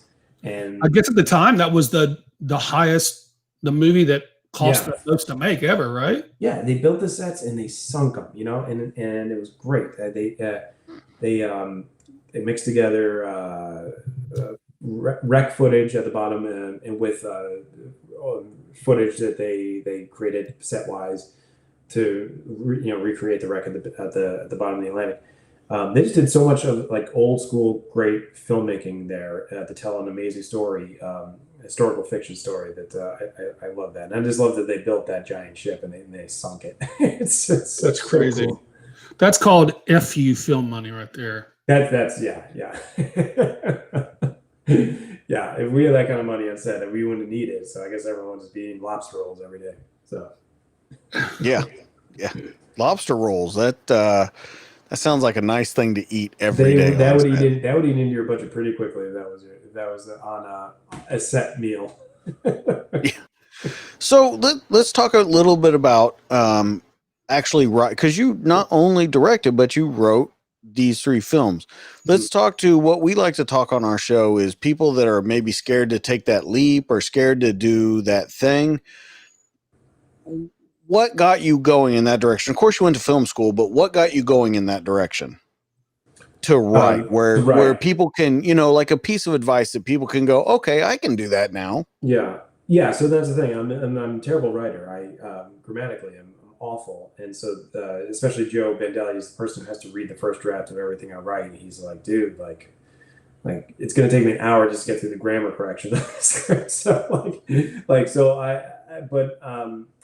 what I did is I knew being a filmmaker that I wanted to direct films, but I was never going to have people giving me their script. So I knew if I was going to make a film, I was going to have to write something myself. That was the only way it was going to get made, is if I wrote it myself. And then from there, so really all it takes is just finding things that you love and making a story out of it. So as I was saying, I pieced together elements that I love. I love subtlety. I love horror that's subtle. I love abandoned buildings. I love mysteries that we have to solve. So I love those Dateline mysteries, and I combined them all into one thing. I just took elements of things that I love to see myself, whether it be from TV or film, and piece them together into a story. And it's not going to be a quick process. You're not going to write a script overnight that you like. You're not going to write a script in weeks or months that you like.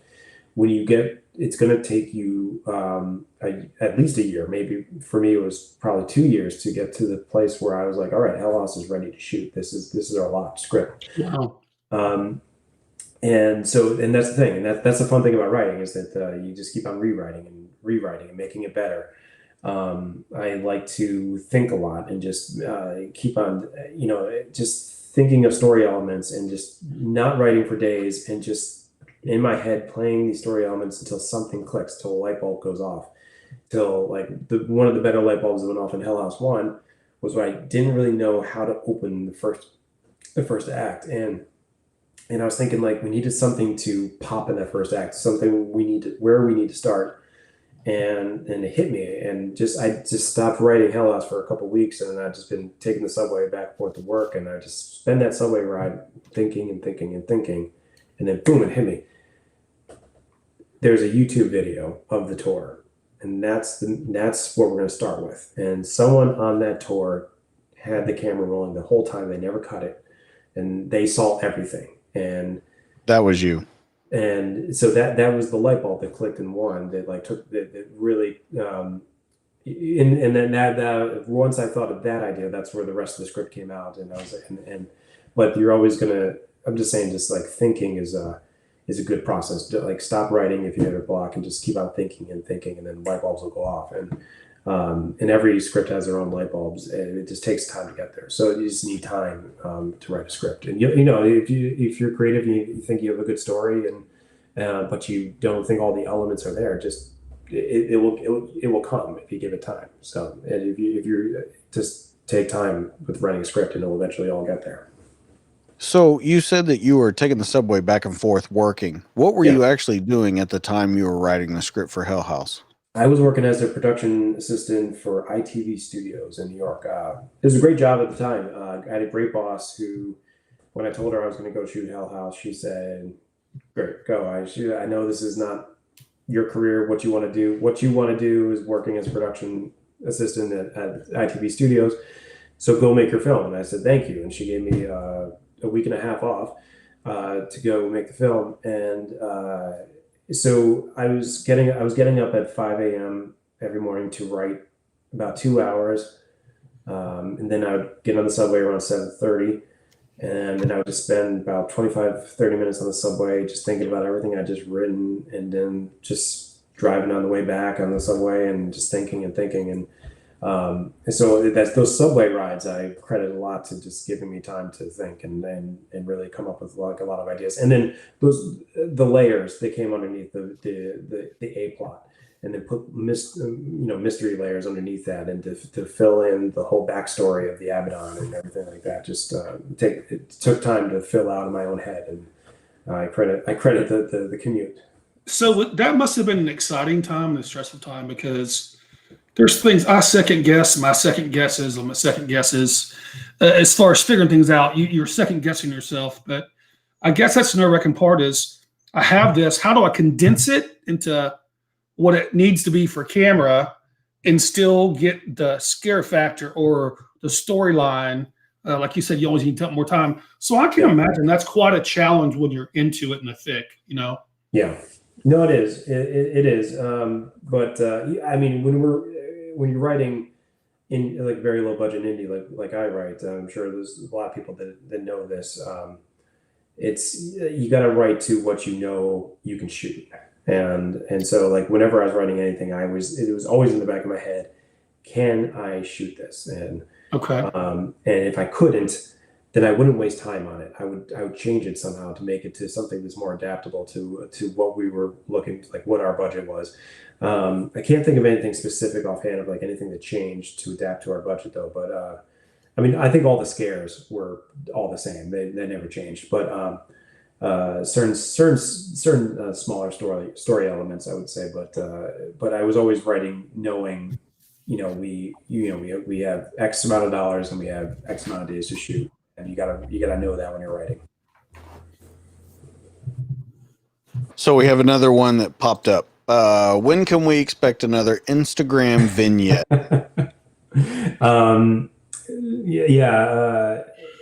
Well, so Amanda, she follows me on Instagram, and so when COVID first went down and when my state went into a lockdown, I started making these small little Instagram stories that were haunted, and they were a lot of fun for me and my wife to do. We'd put the kids to bed, and then we'd just shoot a little like mini scare thing that I put on my Instagram. But I think I'm done with that now, because I think I'm now just planning and writing, more movies to do, actual movies though. But back in March and April, everything looked very bleak. So I thought the only thing I'd be able to shoot was something on my Instagram story. So, but now we're planning other shoots. So I've been working on A25 Forest Road is a film that I cannot wait to shoot, and I was supposed to shoot it in May, but obviously we're not shooting that anytime this year. So, but I'm still, now that I've got the time, and it's like, if you have all this, if you push a shoot to another year, then that script better be effing perfect, because you've had all the time in the world to make it perfect. So like, I'm just like going through every scare 1,000 times and making sure everything is, and this is another one of those stories that has like a lot of mystery to it and a lot of crossing narratives, and so I'm just trying to make sure everything's perfect. So I'm spending a lot of my time working on that whenever I can, because the kids are home now too. So I'm mostly just a full-time dad now. So question to you two guys, especially you, Dustin, which part of the house would you not want to have to spend the night in or go to? The basement. The basement's, I'm not going down there, man. If you're Jeff, come help me. You know what? I'll even take it as far as the bar right next to the basement stairs. I'm not staying in there either, because some bad shit happened there too. What about 2C? You go up to 2C. Well, the basement has. I remember all the actors and crew hated being in there because it had a lot of spiders. So everyone was always complaining about that. Like, I see spiders down there, and I'm like, all right. And I always tried to limit the amount of time anyone ever had to spend down there, because everyone hated the basement, and for good reason. So it's a tough place to shoot, though, but it is also creepy on many levels. But so I would say, yeah, the basement. What about you, Jeff? The basement, yeah. I said, if you were down there saying, Jeff, I need you, come get me. I'm like, hey, bro, I love you. See you later. You do that to me, man? I would go down there and we'll just die together, man. I think you're full of shit. I don't think that would happen at all. Well, you know what? I didn't see in this. There's no weapons to defend themselves. So No. Well, okay, but I mean, let's get into it. What weapons are going to work? It's a fucking clown that was sitting on the ground, not moving 5 minutes before that. What weapon is what gonna really work? are you going to do to kill that, right? Yeah, I don't think there is any weapon. No. I don't think there is. The weapon is the devil, and there's kind of no overcoming some of that.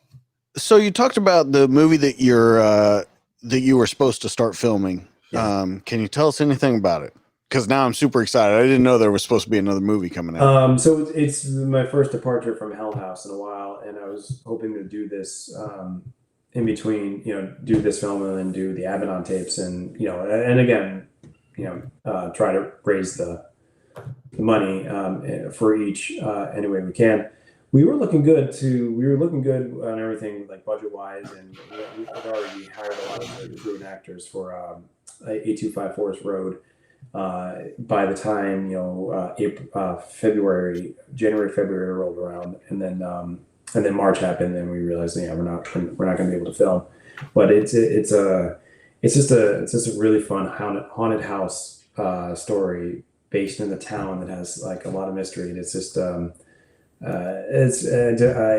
not much I could say about it without giving anything away, though. But it's got a lot of great scares, cool story, cool backstory, and it's pretty much all I can say. And I just can't wait to shoot it and get it out there. But we'll probably, I can't say when I'm going to do that now again. But it's very cool to know you have something else coming out. Yeah, I'm super excited about it. Oh, yeah. Well, thanks. Yeah, I mean, we have the script, and I'm mostly casted, and we're ready to go. I know where we're shooting it, how we're shooting it. I just don't know when we're shooting it. So this COVID thing, especially for you, it's got to be. There's no films being made anywhere, correct? Yeah, they were supposed to start this summer. I don't really know of any stories of any productions that have started up, though. But all the unions have released their guidelines for film sets and how they're supposed to go in COVID times. But I don't really know of anybody who's actually started shooting yet. I think technically, depending on where you are, you're allowed to start shooting. But for us, it would be too much of an endeavor to try to. It's a risk. It's a lot too risky. I wouldn't want to put anyone into. I'm sure there would probably be a lot of insurance on that too that you would have to put on there. And this, I just don't want to. I'm not going to. No, it's just too risky. And it's hard unless you're making a movie about horror surgeons or something. You can't mask everybody up, Right. No, that's the thing.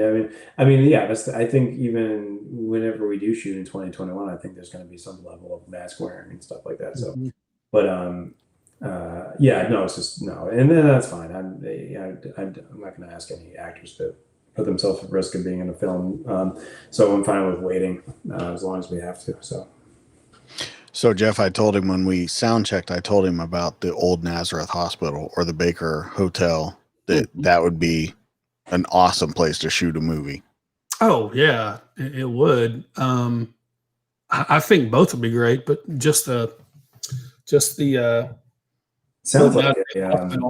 You guys see what's the found footage movie that takes place at the old hospital? Grave Encounters. Grave Encounters. Love that film.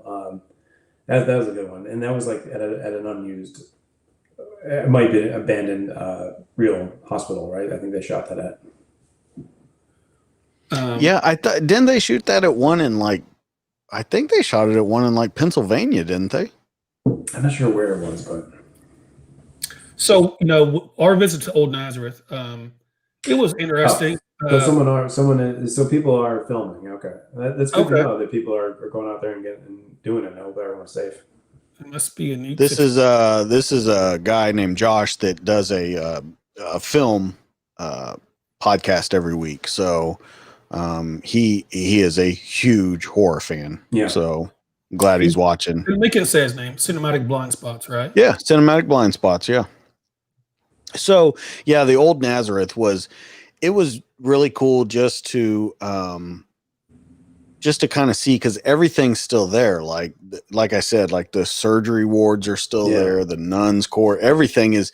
I mean, when you walk around it, it looks perfect. Now I don't know because I've never shot a movie, but it looks perfect to shoot a movie in there. Yeah, it's cool. Like to find a set is cool. And then the next part, you gotta come up with the story though. But did they just allow anyone to walk in there, or did you have to sneak in there? No, we know the people that run the building, so we got to get in there. Yeah. So they did our podcast, and it was a Tory thing, and there were some elements like kind of what you said. I'm kidding. They're going to skeptical. No, I believe in demons and ghosts and all that. I really do. Okay. But I was very skeptical. He said when we got there, I'm going to bring some evil out of this place. I said, well, get the fuck away from me, because I don't want it following us back. And then I think I looked over one time. The one thing I was like, this is such horse shit. Let's get out of here. Let's just go. No offense to anyone. Yeah. It's a great tour. It's a haunted house. Actually, they turned that into a haunted house. Yeah. It's a great tour. I think that if you're skeptical going in, I think that you're going to stay skeptical in a place like that, unless something really happens to you, and nothing really happened to us, but there's tons of people. I mean, we saw them, Jeff, that swear by this place, that say that, I mean, that there's all kinds of stuff going on in there. So it was an awesome tour, and they're actually doing another one tomorrow there, and they do ghost tours all through the town. But I'm telling you, that is like the building to shoot a movie in. Yeah. In the backstory, and that's very, very interesting too, Stephen. Mineral wells is where it's at, and the water we're supposed to heal people and all that. And this hospital was, for lack of a better term, some people were on their last leg or their last chance to live, and young kids, things like that. So it doesn't have the best reputation for people leaving the hospital and at all, much less good shape. So yeah, it has all the it's a place where a lot of people have died. So that it's like supposed to. Yeah, I mean, any place where there's a lot of people have died, like you say like Gettysburg, for instance, or something like that, up Pennsylvania where I am. But it's always rumored to be haunted, though. I don't like. I think I was saying this. I want to believe ghosts exist. I believe in aliens a lot more easier, I guess, than I do ghosts, because that makes more sense. Like aliens makes more sense, just because the universe is so vast and big. But like ghosts, I'm just like always like, I hope they're like, I think that's such a cool thing. Like whenever there's rumor of something be haunted, I'm like, I hope it's true. I don't think it is. It's normally not. I don't want that evil coming at me. I believe in demonic possession and demons and stuff. Ghosts, I'm not sure. I want to hear this. So I think you're so right I have a buddy that says there's no ghosts, but there are demons. What do you think about that, Stephen?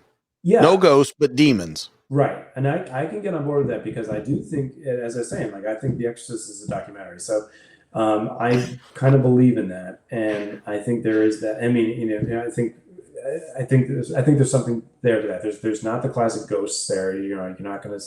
Things aren't moving in your house around and stuff like that, but there are such things as demons, and I can get behind that theory. But I want to be proven wrong. That's the thing. I want to be proven. Yeah, right. Oh yeah, absolutely. I want someone to catch a ghost on camera, and I want it to be real, because that's just going to be so cool. That's true. Well, you saw paranormal activity, so it's got to be real. Yeah, but at the end of the day, it's just such a fun thing to just make you pretend it's real and create the fiction of it, and just be scared and love the idea of it, and so that's why October exists, because we spend the month. Hey Stephen, this guy DJ, so his house in his subdivision is like, he's the haunted house guy. He lives for Halloween. Yeah. So this year, my wife and me are going over to his place. If Halloween goes on, if it's somehow canceled, this guy's going to have a nervous breakdown. But no, he has movies shown in his horror movies always going in his driveway, on his garage screen, and trick or treat, and it's supposed to be the most haunted house in his town, or at least the coolest on his house. Yeah. So it's the go-to house in the neighborhood. I love that. I love when people go all out for that, and it is the best month of the year by far. It's so much fun, and yeah, you're right. Who knows what's going to happen this October though? But it's we can still, no matter what, we can all watch horror movies all throughout October. If Halloween is canceled, it's going to be bad. It's going to be bad. Yeah. Yeah. You have to write a letter to the governor and all sorts of stuff. We can still watch Halloween itself on Halloween though. So the movie Halloween. What do you think about that film? Oh, I love all the Halloweens. They have a lot of this subtle stuff that I love too. There's a lot of moments where Michael Myers is just in the background, standing there, and it's not a huge scare. It's not a jump scare, and then they build in a lot of those elements that I love, the subtlety too. And those films are classics. I love those films. Very little gore too, in the originals, and I mean. When people, someone said earlier, you're a future Academy Award winner, which I can get behind. But think about it. I mean, Halloween started as an independent film. Yeah. I mean, at its most basic guerrilla marketing, it was. I mean, they used their own clothes for their costumes. Oh, really? Yeah, I mean, I think a lot of those 80s slashers were really, they were low budge. At least for the first one or two of them, I think Jason, the first Friday the 13th. Yeah, it was nothing. They paid nothing to make that one. Yeah, so yeah, I mean, there's something there, but it's fun to create that some horror genre world like they did in that and I love writing the mysteries in Hell House, and I just hope that I get to continue them. I don't need to win an Oscar. I just have enough. Just more time. I just need and 2 more days. An Oscar, he gets 3 more days to shoot. So if you ever won an Oscar, could you just hand it back on stage and go, just give me 4 more days on my next film? I really don't want this. Can you guys? You can have this statue. I just need 4 days. Exactly. Yeah, give me 4 more days. You'll see what happens. Yeah, I mean, I'll take 2, but 4 would be great. So we have another person. Josh is asking if we've talked about the houses that October built. So another good found footage. Yeah. So funny story about that. And I don't know if it's funny, but it's a story. When I was in the middle of finishing my edit for Hell House, I saw a trailer for Houses October built, and I was like, oh shit, someone's doing exactly my film. And I was like, oh no, I'm like, this is it. My film's ruined. It sucks now. Someone else has the idea and they got it out first. And I was kind of devastated. And, but I finished the edit and I put it out to festivals and, it went where it went. But what I didn't know is that while it's about a haunted house, they're completely different stories. And, our films didn't really conflict with each other. So I was happy about that. I was really worried about that when I first saw the trailer for it, because that trailer came out when I was really neck deep in the edit of Hell House 1. But I've yet to see any of them. For that reason, is that I don't want to have any of the kind of Inception. I think about no, I don't want any of their ideas in my head or be influenced by anything they were doing. So I knew we were kind of doing the same kind of thing. So I'd never seen them. I know people love them and I think they're great movies, and I totally love everything from what I hear and what they did, but I've never seen the films myself. And well, a that's couple the other things. one, They're nothing like Hell House. Nothing. Also, and I haven't seen it either. Dustin, you told me to watch that one. Yeah. That's another watch. And I think I started watching that one, and I got 10 minutes into it. And I was just like, I need to go to bed or something. So, Also, Stephen, there's only 2 of those. There's 3 Hell Houses. Right. Yeah. So I don't know what the. So you win. I don't know the story That's what there I'm also. saying. Listen, Stephen, I'm telling you, you You're the win. winner. You win. There's 3 of yours, 2 of theirs. It's not about. Well, it's not about that. We're different, and we're making different films, kind of about the same subject matter. One day I will sit down and watch those films. From what I've heard from people myself, I've heard those are great films, and I really love to watch them myself. But I just haven't, because while I'm still in the Hell House world, I'm kind of like, don't want to watch something that's kind of about a haunted house too, because I just don't want to be influenced at all. Like have that. I understand that. I really do. I really do understand that. But I respect everything they're doing, and the trailers look kick-ass to me. I've never seen it, so I can't speak, but it looked like they were doing something really cool in those films. To me, the only thing that I would say about those films is they are about haunted house. That's the over kind of arcing idea on it, but Hell House is. I don't know how to describe it. Hell House is about one place and one story, and it all goes together. Theirs is about multiple places with an overarching story that has really nothing to do with a haunted house. They were like trying to look for like the ultimate like haunt, right? Like the ultimate scare. Yeah. And so all of their stuff has nothing to do with demons or anything like that. It has to do with just kind of messed up people in the world. So I mean, it has a and I hope one day that you do see them. I definitely, like I said, your 3 films are my favorite. I like those films, but I think they're completely, you know what I'm saying, like completely different. They go in completely different directions. Yeah, no, but the thing is so hard. I think the hardest thing about writing is to be original and not be derivative of something that you know in your past. So, and so that's the reason why I said, like, even though if they are not really the same premise, like I never want to watch them because I didn't want to see a scare in a Halloween haunted house, because I didn't want that. Even if I was never consciously thinking about that, I always felt like I could be subconsciously writing a scare that was derivative of something else that I've seen, but I didn't know. You know what I mean? Like I wasn't even consciously thinking of it. So I was trying to avoid that at all costs.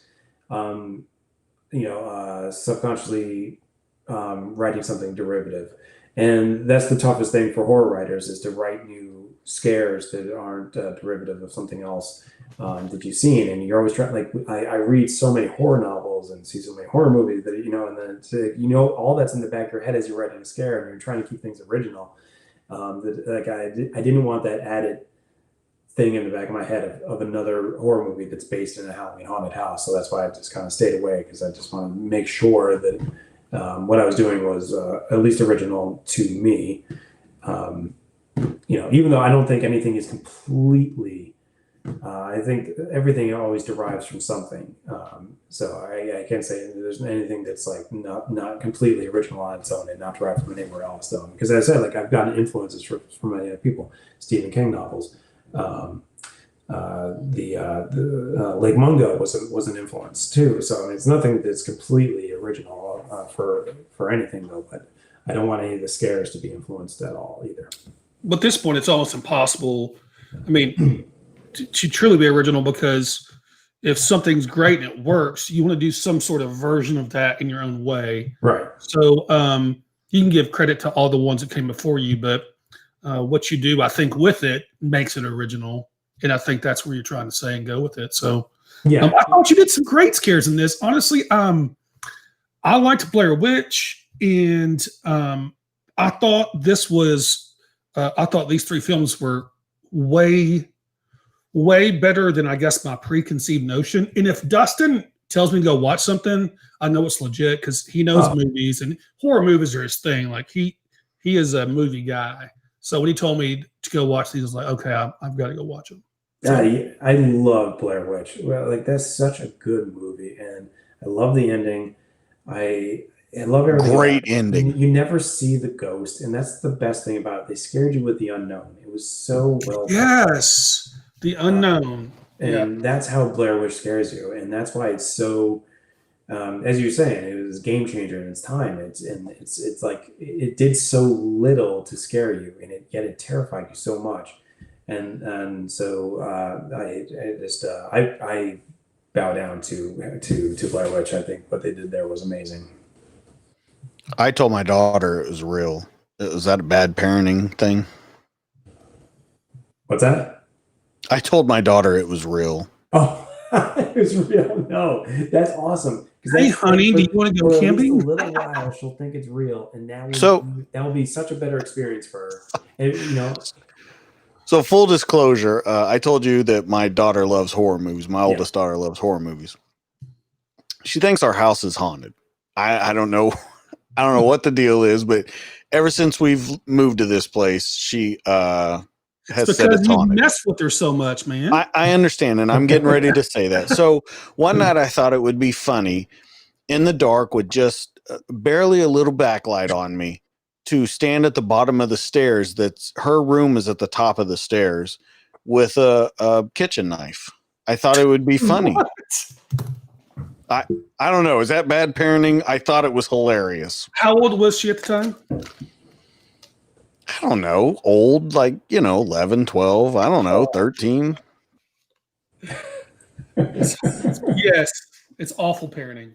Oh, well, okay. That's great. I mean, I tell you, I think you're doing a service by telling her the Blair Witch was when she first saw it that it was real, because that's a feeling that you'll never get back. When she finally figures it out, it does not. Then I think it's ruined for her. But that time when you think it's real, then it's so much more impactful. It's an intense fear. Yes. And in a weird way, she might always makes her viewing of it so much more enjoyable. Absolutely. So I think that's great, and I think it's almost like believing in Santa. It's like she believes in Santa now, and like she'll lose that once she finds out Blair Witch isn't real. So you didn't say whether it was bad parenting to stand at the bottom of the stairs with a kitchen knife. Well, it's okay. Hey, Steven, yes, I'm gonna not have an opinion. You're gonna defer. The host. I don't want to say anything, so I'll just comment on that. But here's the thing: in my family, I have 3 daughters, a wife. That is our thing. We love to scare each other. Well, that's great then. Yeah, I mean that's fine. And as long as she knows, okay, first, did you tell her it was you eventually? Yeah, eventually. Okay, then it's not bad parenting. It's legit. Yeah, it's okay. Did you get scared and then you guys had a good laugh about it? We had a great laugh. Yeah, and that's great, and that's a memory. So that's all that matters. So, what are your thoughts on extreme haunts? That's a question that came up. I guess, what are they? Well, so usually on a haunted house, they can't touch you, they can't do anything. More physical is what it is. An extreme haunt, well, they even go so far as to where they try and drown you.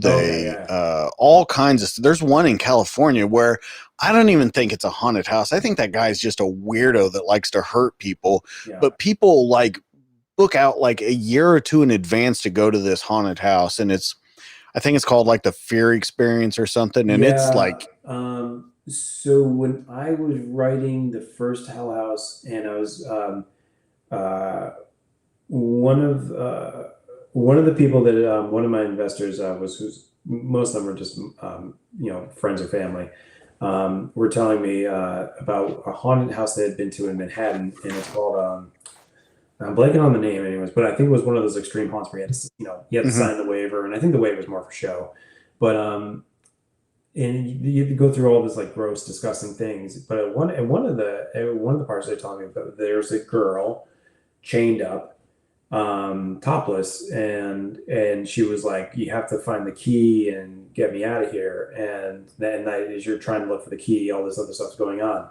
And I thought, oh, that was really cool. And then it came from someone who ended up being an executive producer on the film. So I added that element into Hell House, which is Melissa in the basement. She's tied up in the basement. And, instead of you have to find the key, she's actually saying, blackout, thank you, yes. and that's it. That's blackout. And she says, get me out of here. Or someone like Melissa is down there. So I kind of added that theme into the film itself with the chained up girl in the basement. But that was the whole thing about Hell House, is that, like, how do you know if something is part of the show or not? And that was one of the earliest themes that I wanted to play with in the film, is when something goes wrong in a haunted house, how do you know something's actually wrong, or if they're playing, if it's part of the gag? So that's why adding that element into the film was so much fun, because, like, when she's screaming, "Get me out of here, get me out of here," the audience members are probably, how would they know that she's not playing, so that was one of the things we added. That's one of the themes I wanted to play with early on, was that, is this part of the show or not? And that was part of the tour-goer video, and that was something that was fun to do, and I added in that from Blackout. That was Blackout New York. That's right. So let me ask you something. Speaking of, I thought you were tasteful because you didn't show Melissa all nude. She still had top on. No, I didn't want that. I didn't want any nudity or excess gore in the film. I thought that was tasteful. Do you ever see do you think some of those are going for the wrong viewers? Like, if they're trying to show a lot of nudity, because a lot of these, they show a lot of nudity or they show a lot of gore, and it seems like they're after kind of they're trying to get all sorts of viewers in any sort of way they can. Yeah, I guess. So it's kind of cheating, if you will, to me, a little bit. But I think it is cheating. I mean, unless it plays any kind of plot device, right? Then adding it in just to add it in. I mean, I think it's obvious when it says added in to be added in. Oh yeah, it is a form of cheating. And gore, just for the sake of gore, is and that's like the kind of thing I don't like about slashers is.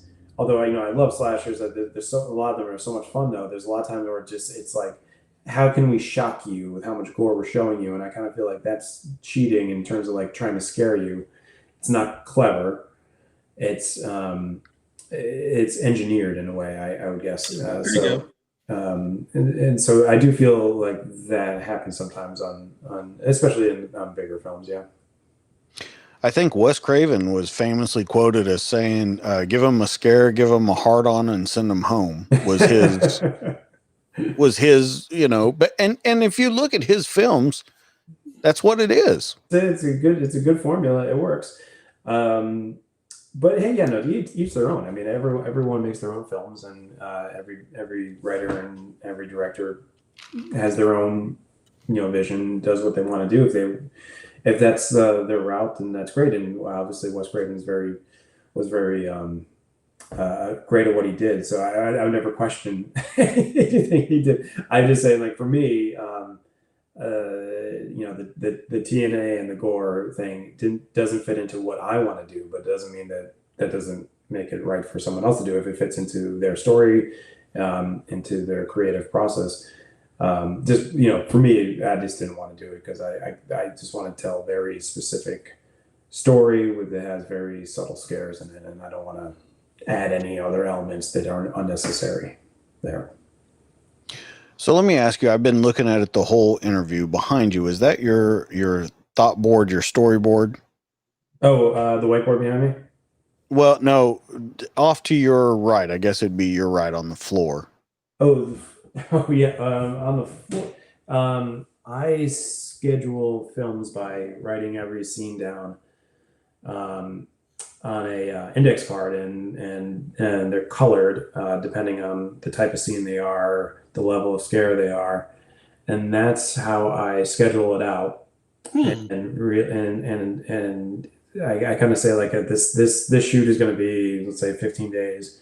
And I have all the scenes in these index cards, and I try to map out how can I fit this shoot into 15 days. And it's my process. So I usually just lay them out on the floor. So that is actually for 825 Forest Road, the latest schedule I laid out. And filming it in that's an 18-day schedule, which would be bigger than all the Hell Houses. Just 2 more days, bro.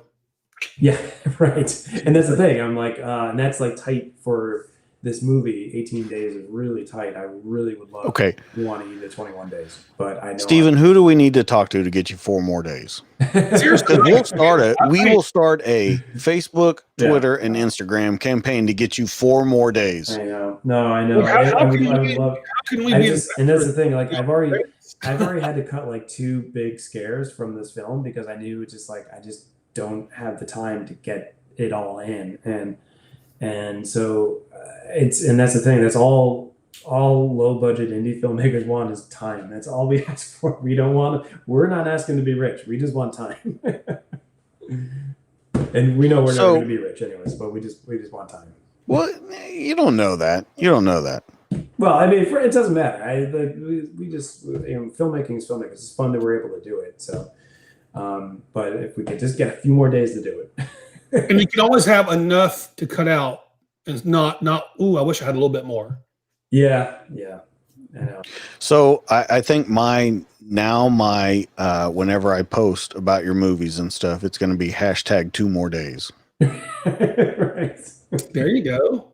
Maybe we get a movie. Man. I'm just thinking like, if I had 2 Can we more get days that on trending? 1, 2, or 3, Hashtag 2 more days. Hashtag 2 more days. What I would have done with 2 more days on LS 1, 2, or 3. You see, people. World would have been mine. So we have someone asking how they can invest in your movies. I'm actually, that's complicated. That's like a legal business question that I don't even really know the answer to. Hey, Jeff, just tell them about our Venmo. You like to bring that up on every show. That was at the very beginning when I was young, dumb, and naive. We have a Dad's a Drink Patreon. No, it's a good question, but I don't know. That's like a, I guess would be a private conversation. I don't know. Yeah, that's the thing. Like nothing we doing costs a lot of money, but it's like we're not making, like, none of our films, like 825 is not $1 million film. It does not need to be.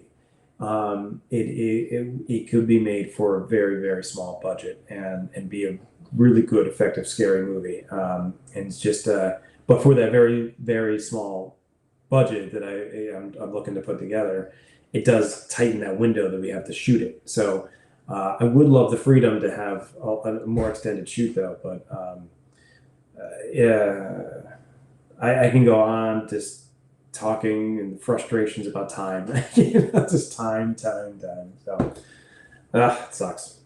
So we have a lot of people just giving you ideas. They say go to Indiegogo. They I guess they really want to see these movies get out.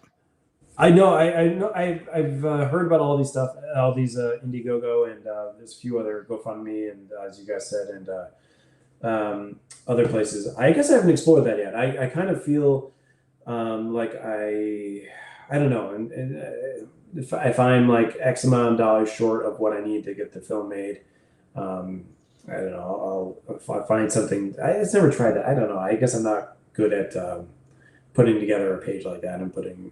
Well, the beauty of it is you don't do it. Somebody does it and gives you the money. That way it doesn't come across as, ooh, I'm just looking for handouts or money. But I can see where you're coming from that, where you have a traditional way going about it and your people do too. And it's hard to entertain anything, especially on the spot. Yeah. And you not indict yourself down the road for some reason. So it's tough. I don't know. Something that's always on my mind. I'm always scheduling and thinking about and so DJ, we just start raising some money for him, and we're gonna go, hey bro, we got 5 days here. You gonna take this or not? But that's the thing. I mean, I lay these things out. He just needs 2 days, you sons of bitches. Just give him 2 days. I lay these things across my floor, and they just go on and on and on like that. And oh man! So let me.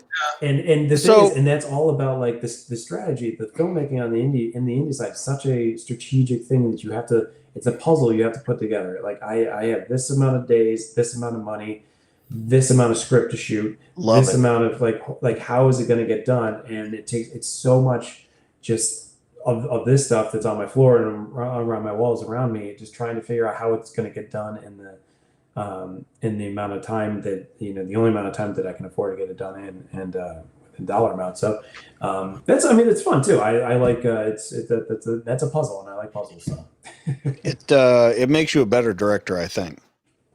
yeah, I don't know, but hopefully. So let's talk just a couple more things and let you get out of here, because I know you gotta, we started this early.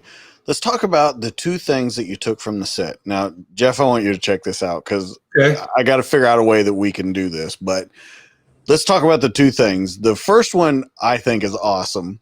He took a Win wine bottle. Nice. Yeah. And then in the movie, he said, "Oh, I don't want that overpriced stuff." Yeah. Yeah. It's not selling anyway. Take as much as you want. Yeah. We don't have a chateau, anything. I got that right here. So look at this. It's a Win wine bottle. Nice. So the second thing you took, I think it is actually lighting your light for you, isn't it? Yeah, it is the light on my face on this side. It's on this side right here. It's one of the cube lights from the bar and the dining room of House 3. Okay. Nice. That's on the side. I like the lights. I wish I took two of them, because then I would have had them inside of my desk, and now it's kind of awkward. It's just one cube light. But no, they were cool lights, so I kept one of them. And they created a really cool effect in the film. So was that mostly from the last one, right? the last one, 3, yeah. Yeah, I saw that. Thought that was pretty good. I liked how y'all did some of the old, like fluorescent looking colors and some different lights in that.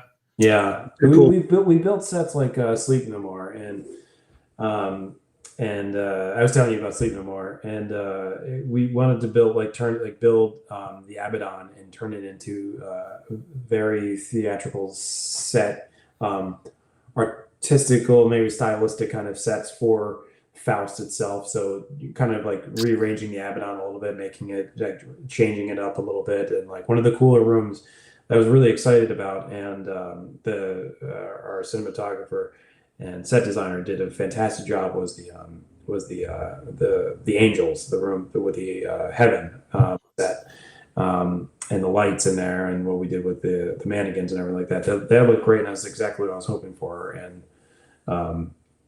what we did on 3, what we hadn't done in any other film, is that our team, Carlos, our cinematographer, went out there with his team a few days before we even started shooting, and he was out there with Angie, the set director, and they were just creating all the lighting looks and creating those sets before we got there with the actors and the rest of the crew to start shooting House 3. So they got a jump start on everything, which was great, because we needed that. It was the film that had more of a had more lighting into it. It was more intensive with the style and everything and the lighting schemes than the previous two. So it was good that they did a great job with it. So what are you drinking tonight, Stephen? Glenlivet. Oh, nice. Wow, 1824. It's a gift from the wife, and I've been enjoying it slowly. I've got throughout COVID, slowly. Sheepdog peanut butter whiskey. Remember I was telling you about the peanut butter whiskey? It's big here.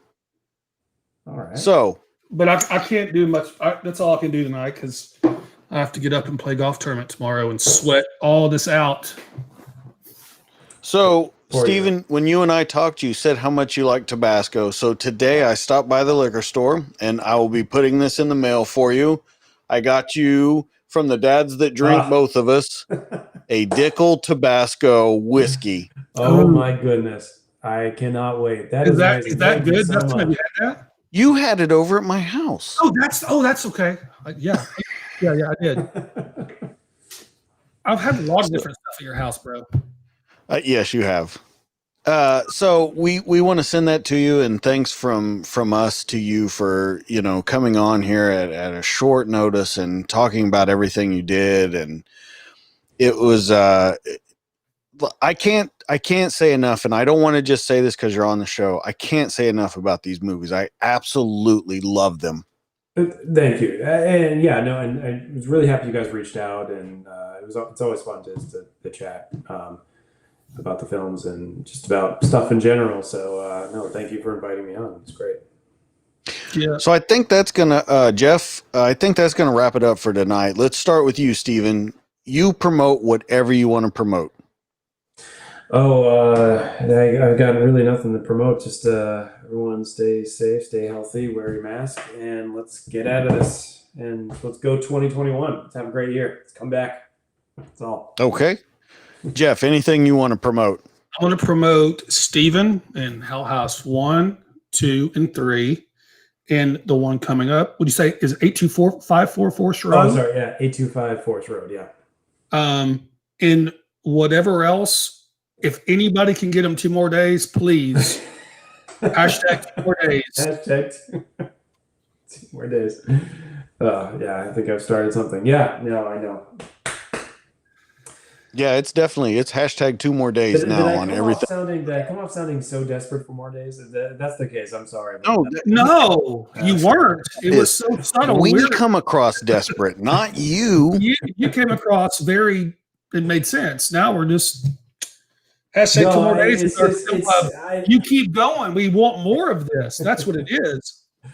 I don't know if that's a thing on even the bigger sets or anything. I don't know if that's something that all filmmakers want and need always is more time. But I know that that's just on our sets, on our low budget indies, that we always need more time, and we never have it, and that sucks though. But for having a short time, I think that kicks everyone into high gear, and everyone just kicks ass. And I've just been blessed to everyone I've met working on these Hell House films, all the crew people, from makeup to cinematography to the grips to everything is. I just met such an amazing group of people that worked their ass off to make a good film in short time. They probably were wishing we had more time, and we didn't, and they made it happen anyways. And so and that's why they're great at what they do. So I'm just been blessed to have been working with great people all these years. Well, that's going to be it for this week, guys. Please go check out Stephen Cognetti's stuff. Hell House 1, Hell House 2, Hell House 3. You can find them on Shudder. You can find them on Amazon Prime. You can find them on iTunes. Please go check out these movies. If you are into found footage films or horror films in general, these are the movies to see. They are absolutely fantastic. And we want you to support this guy in every way that you can. Hashtag 2 more days. So that's going to be it for us. That's Jeff. That's Steven. I'm DJ. We are the dads that drink, and we'll catch you on the next one. We'll see you later, guys. Cheers. We'll catch you on the next one. Goodbye.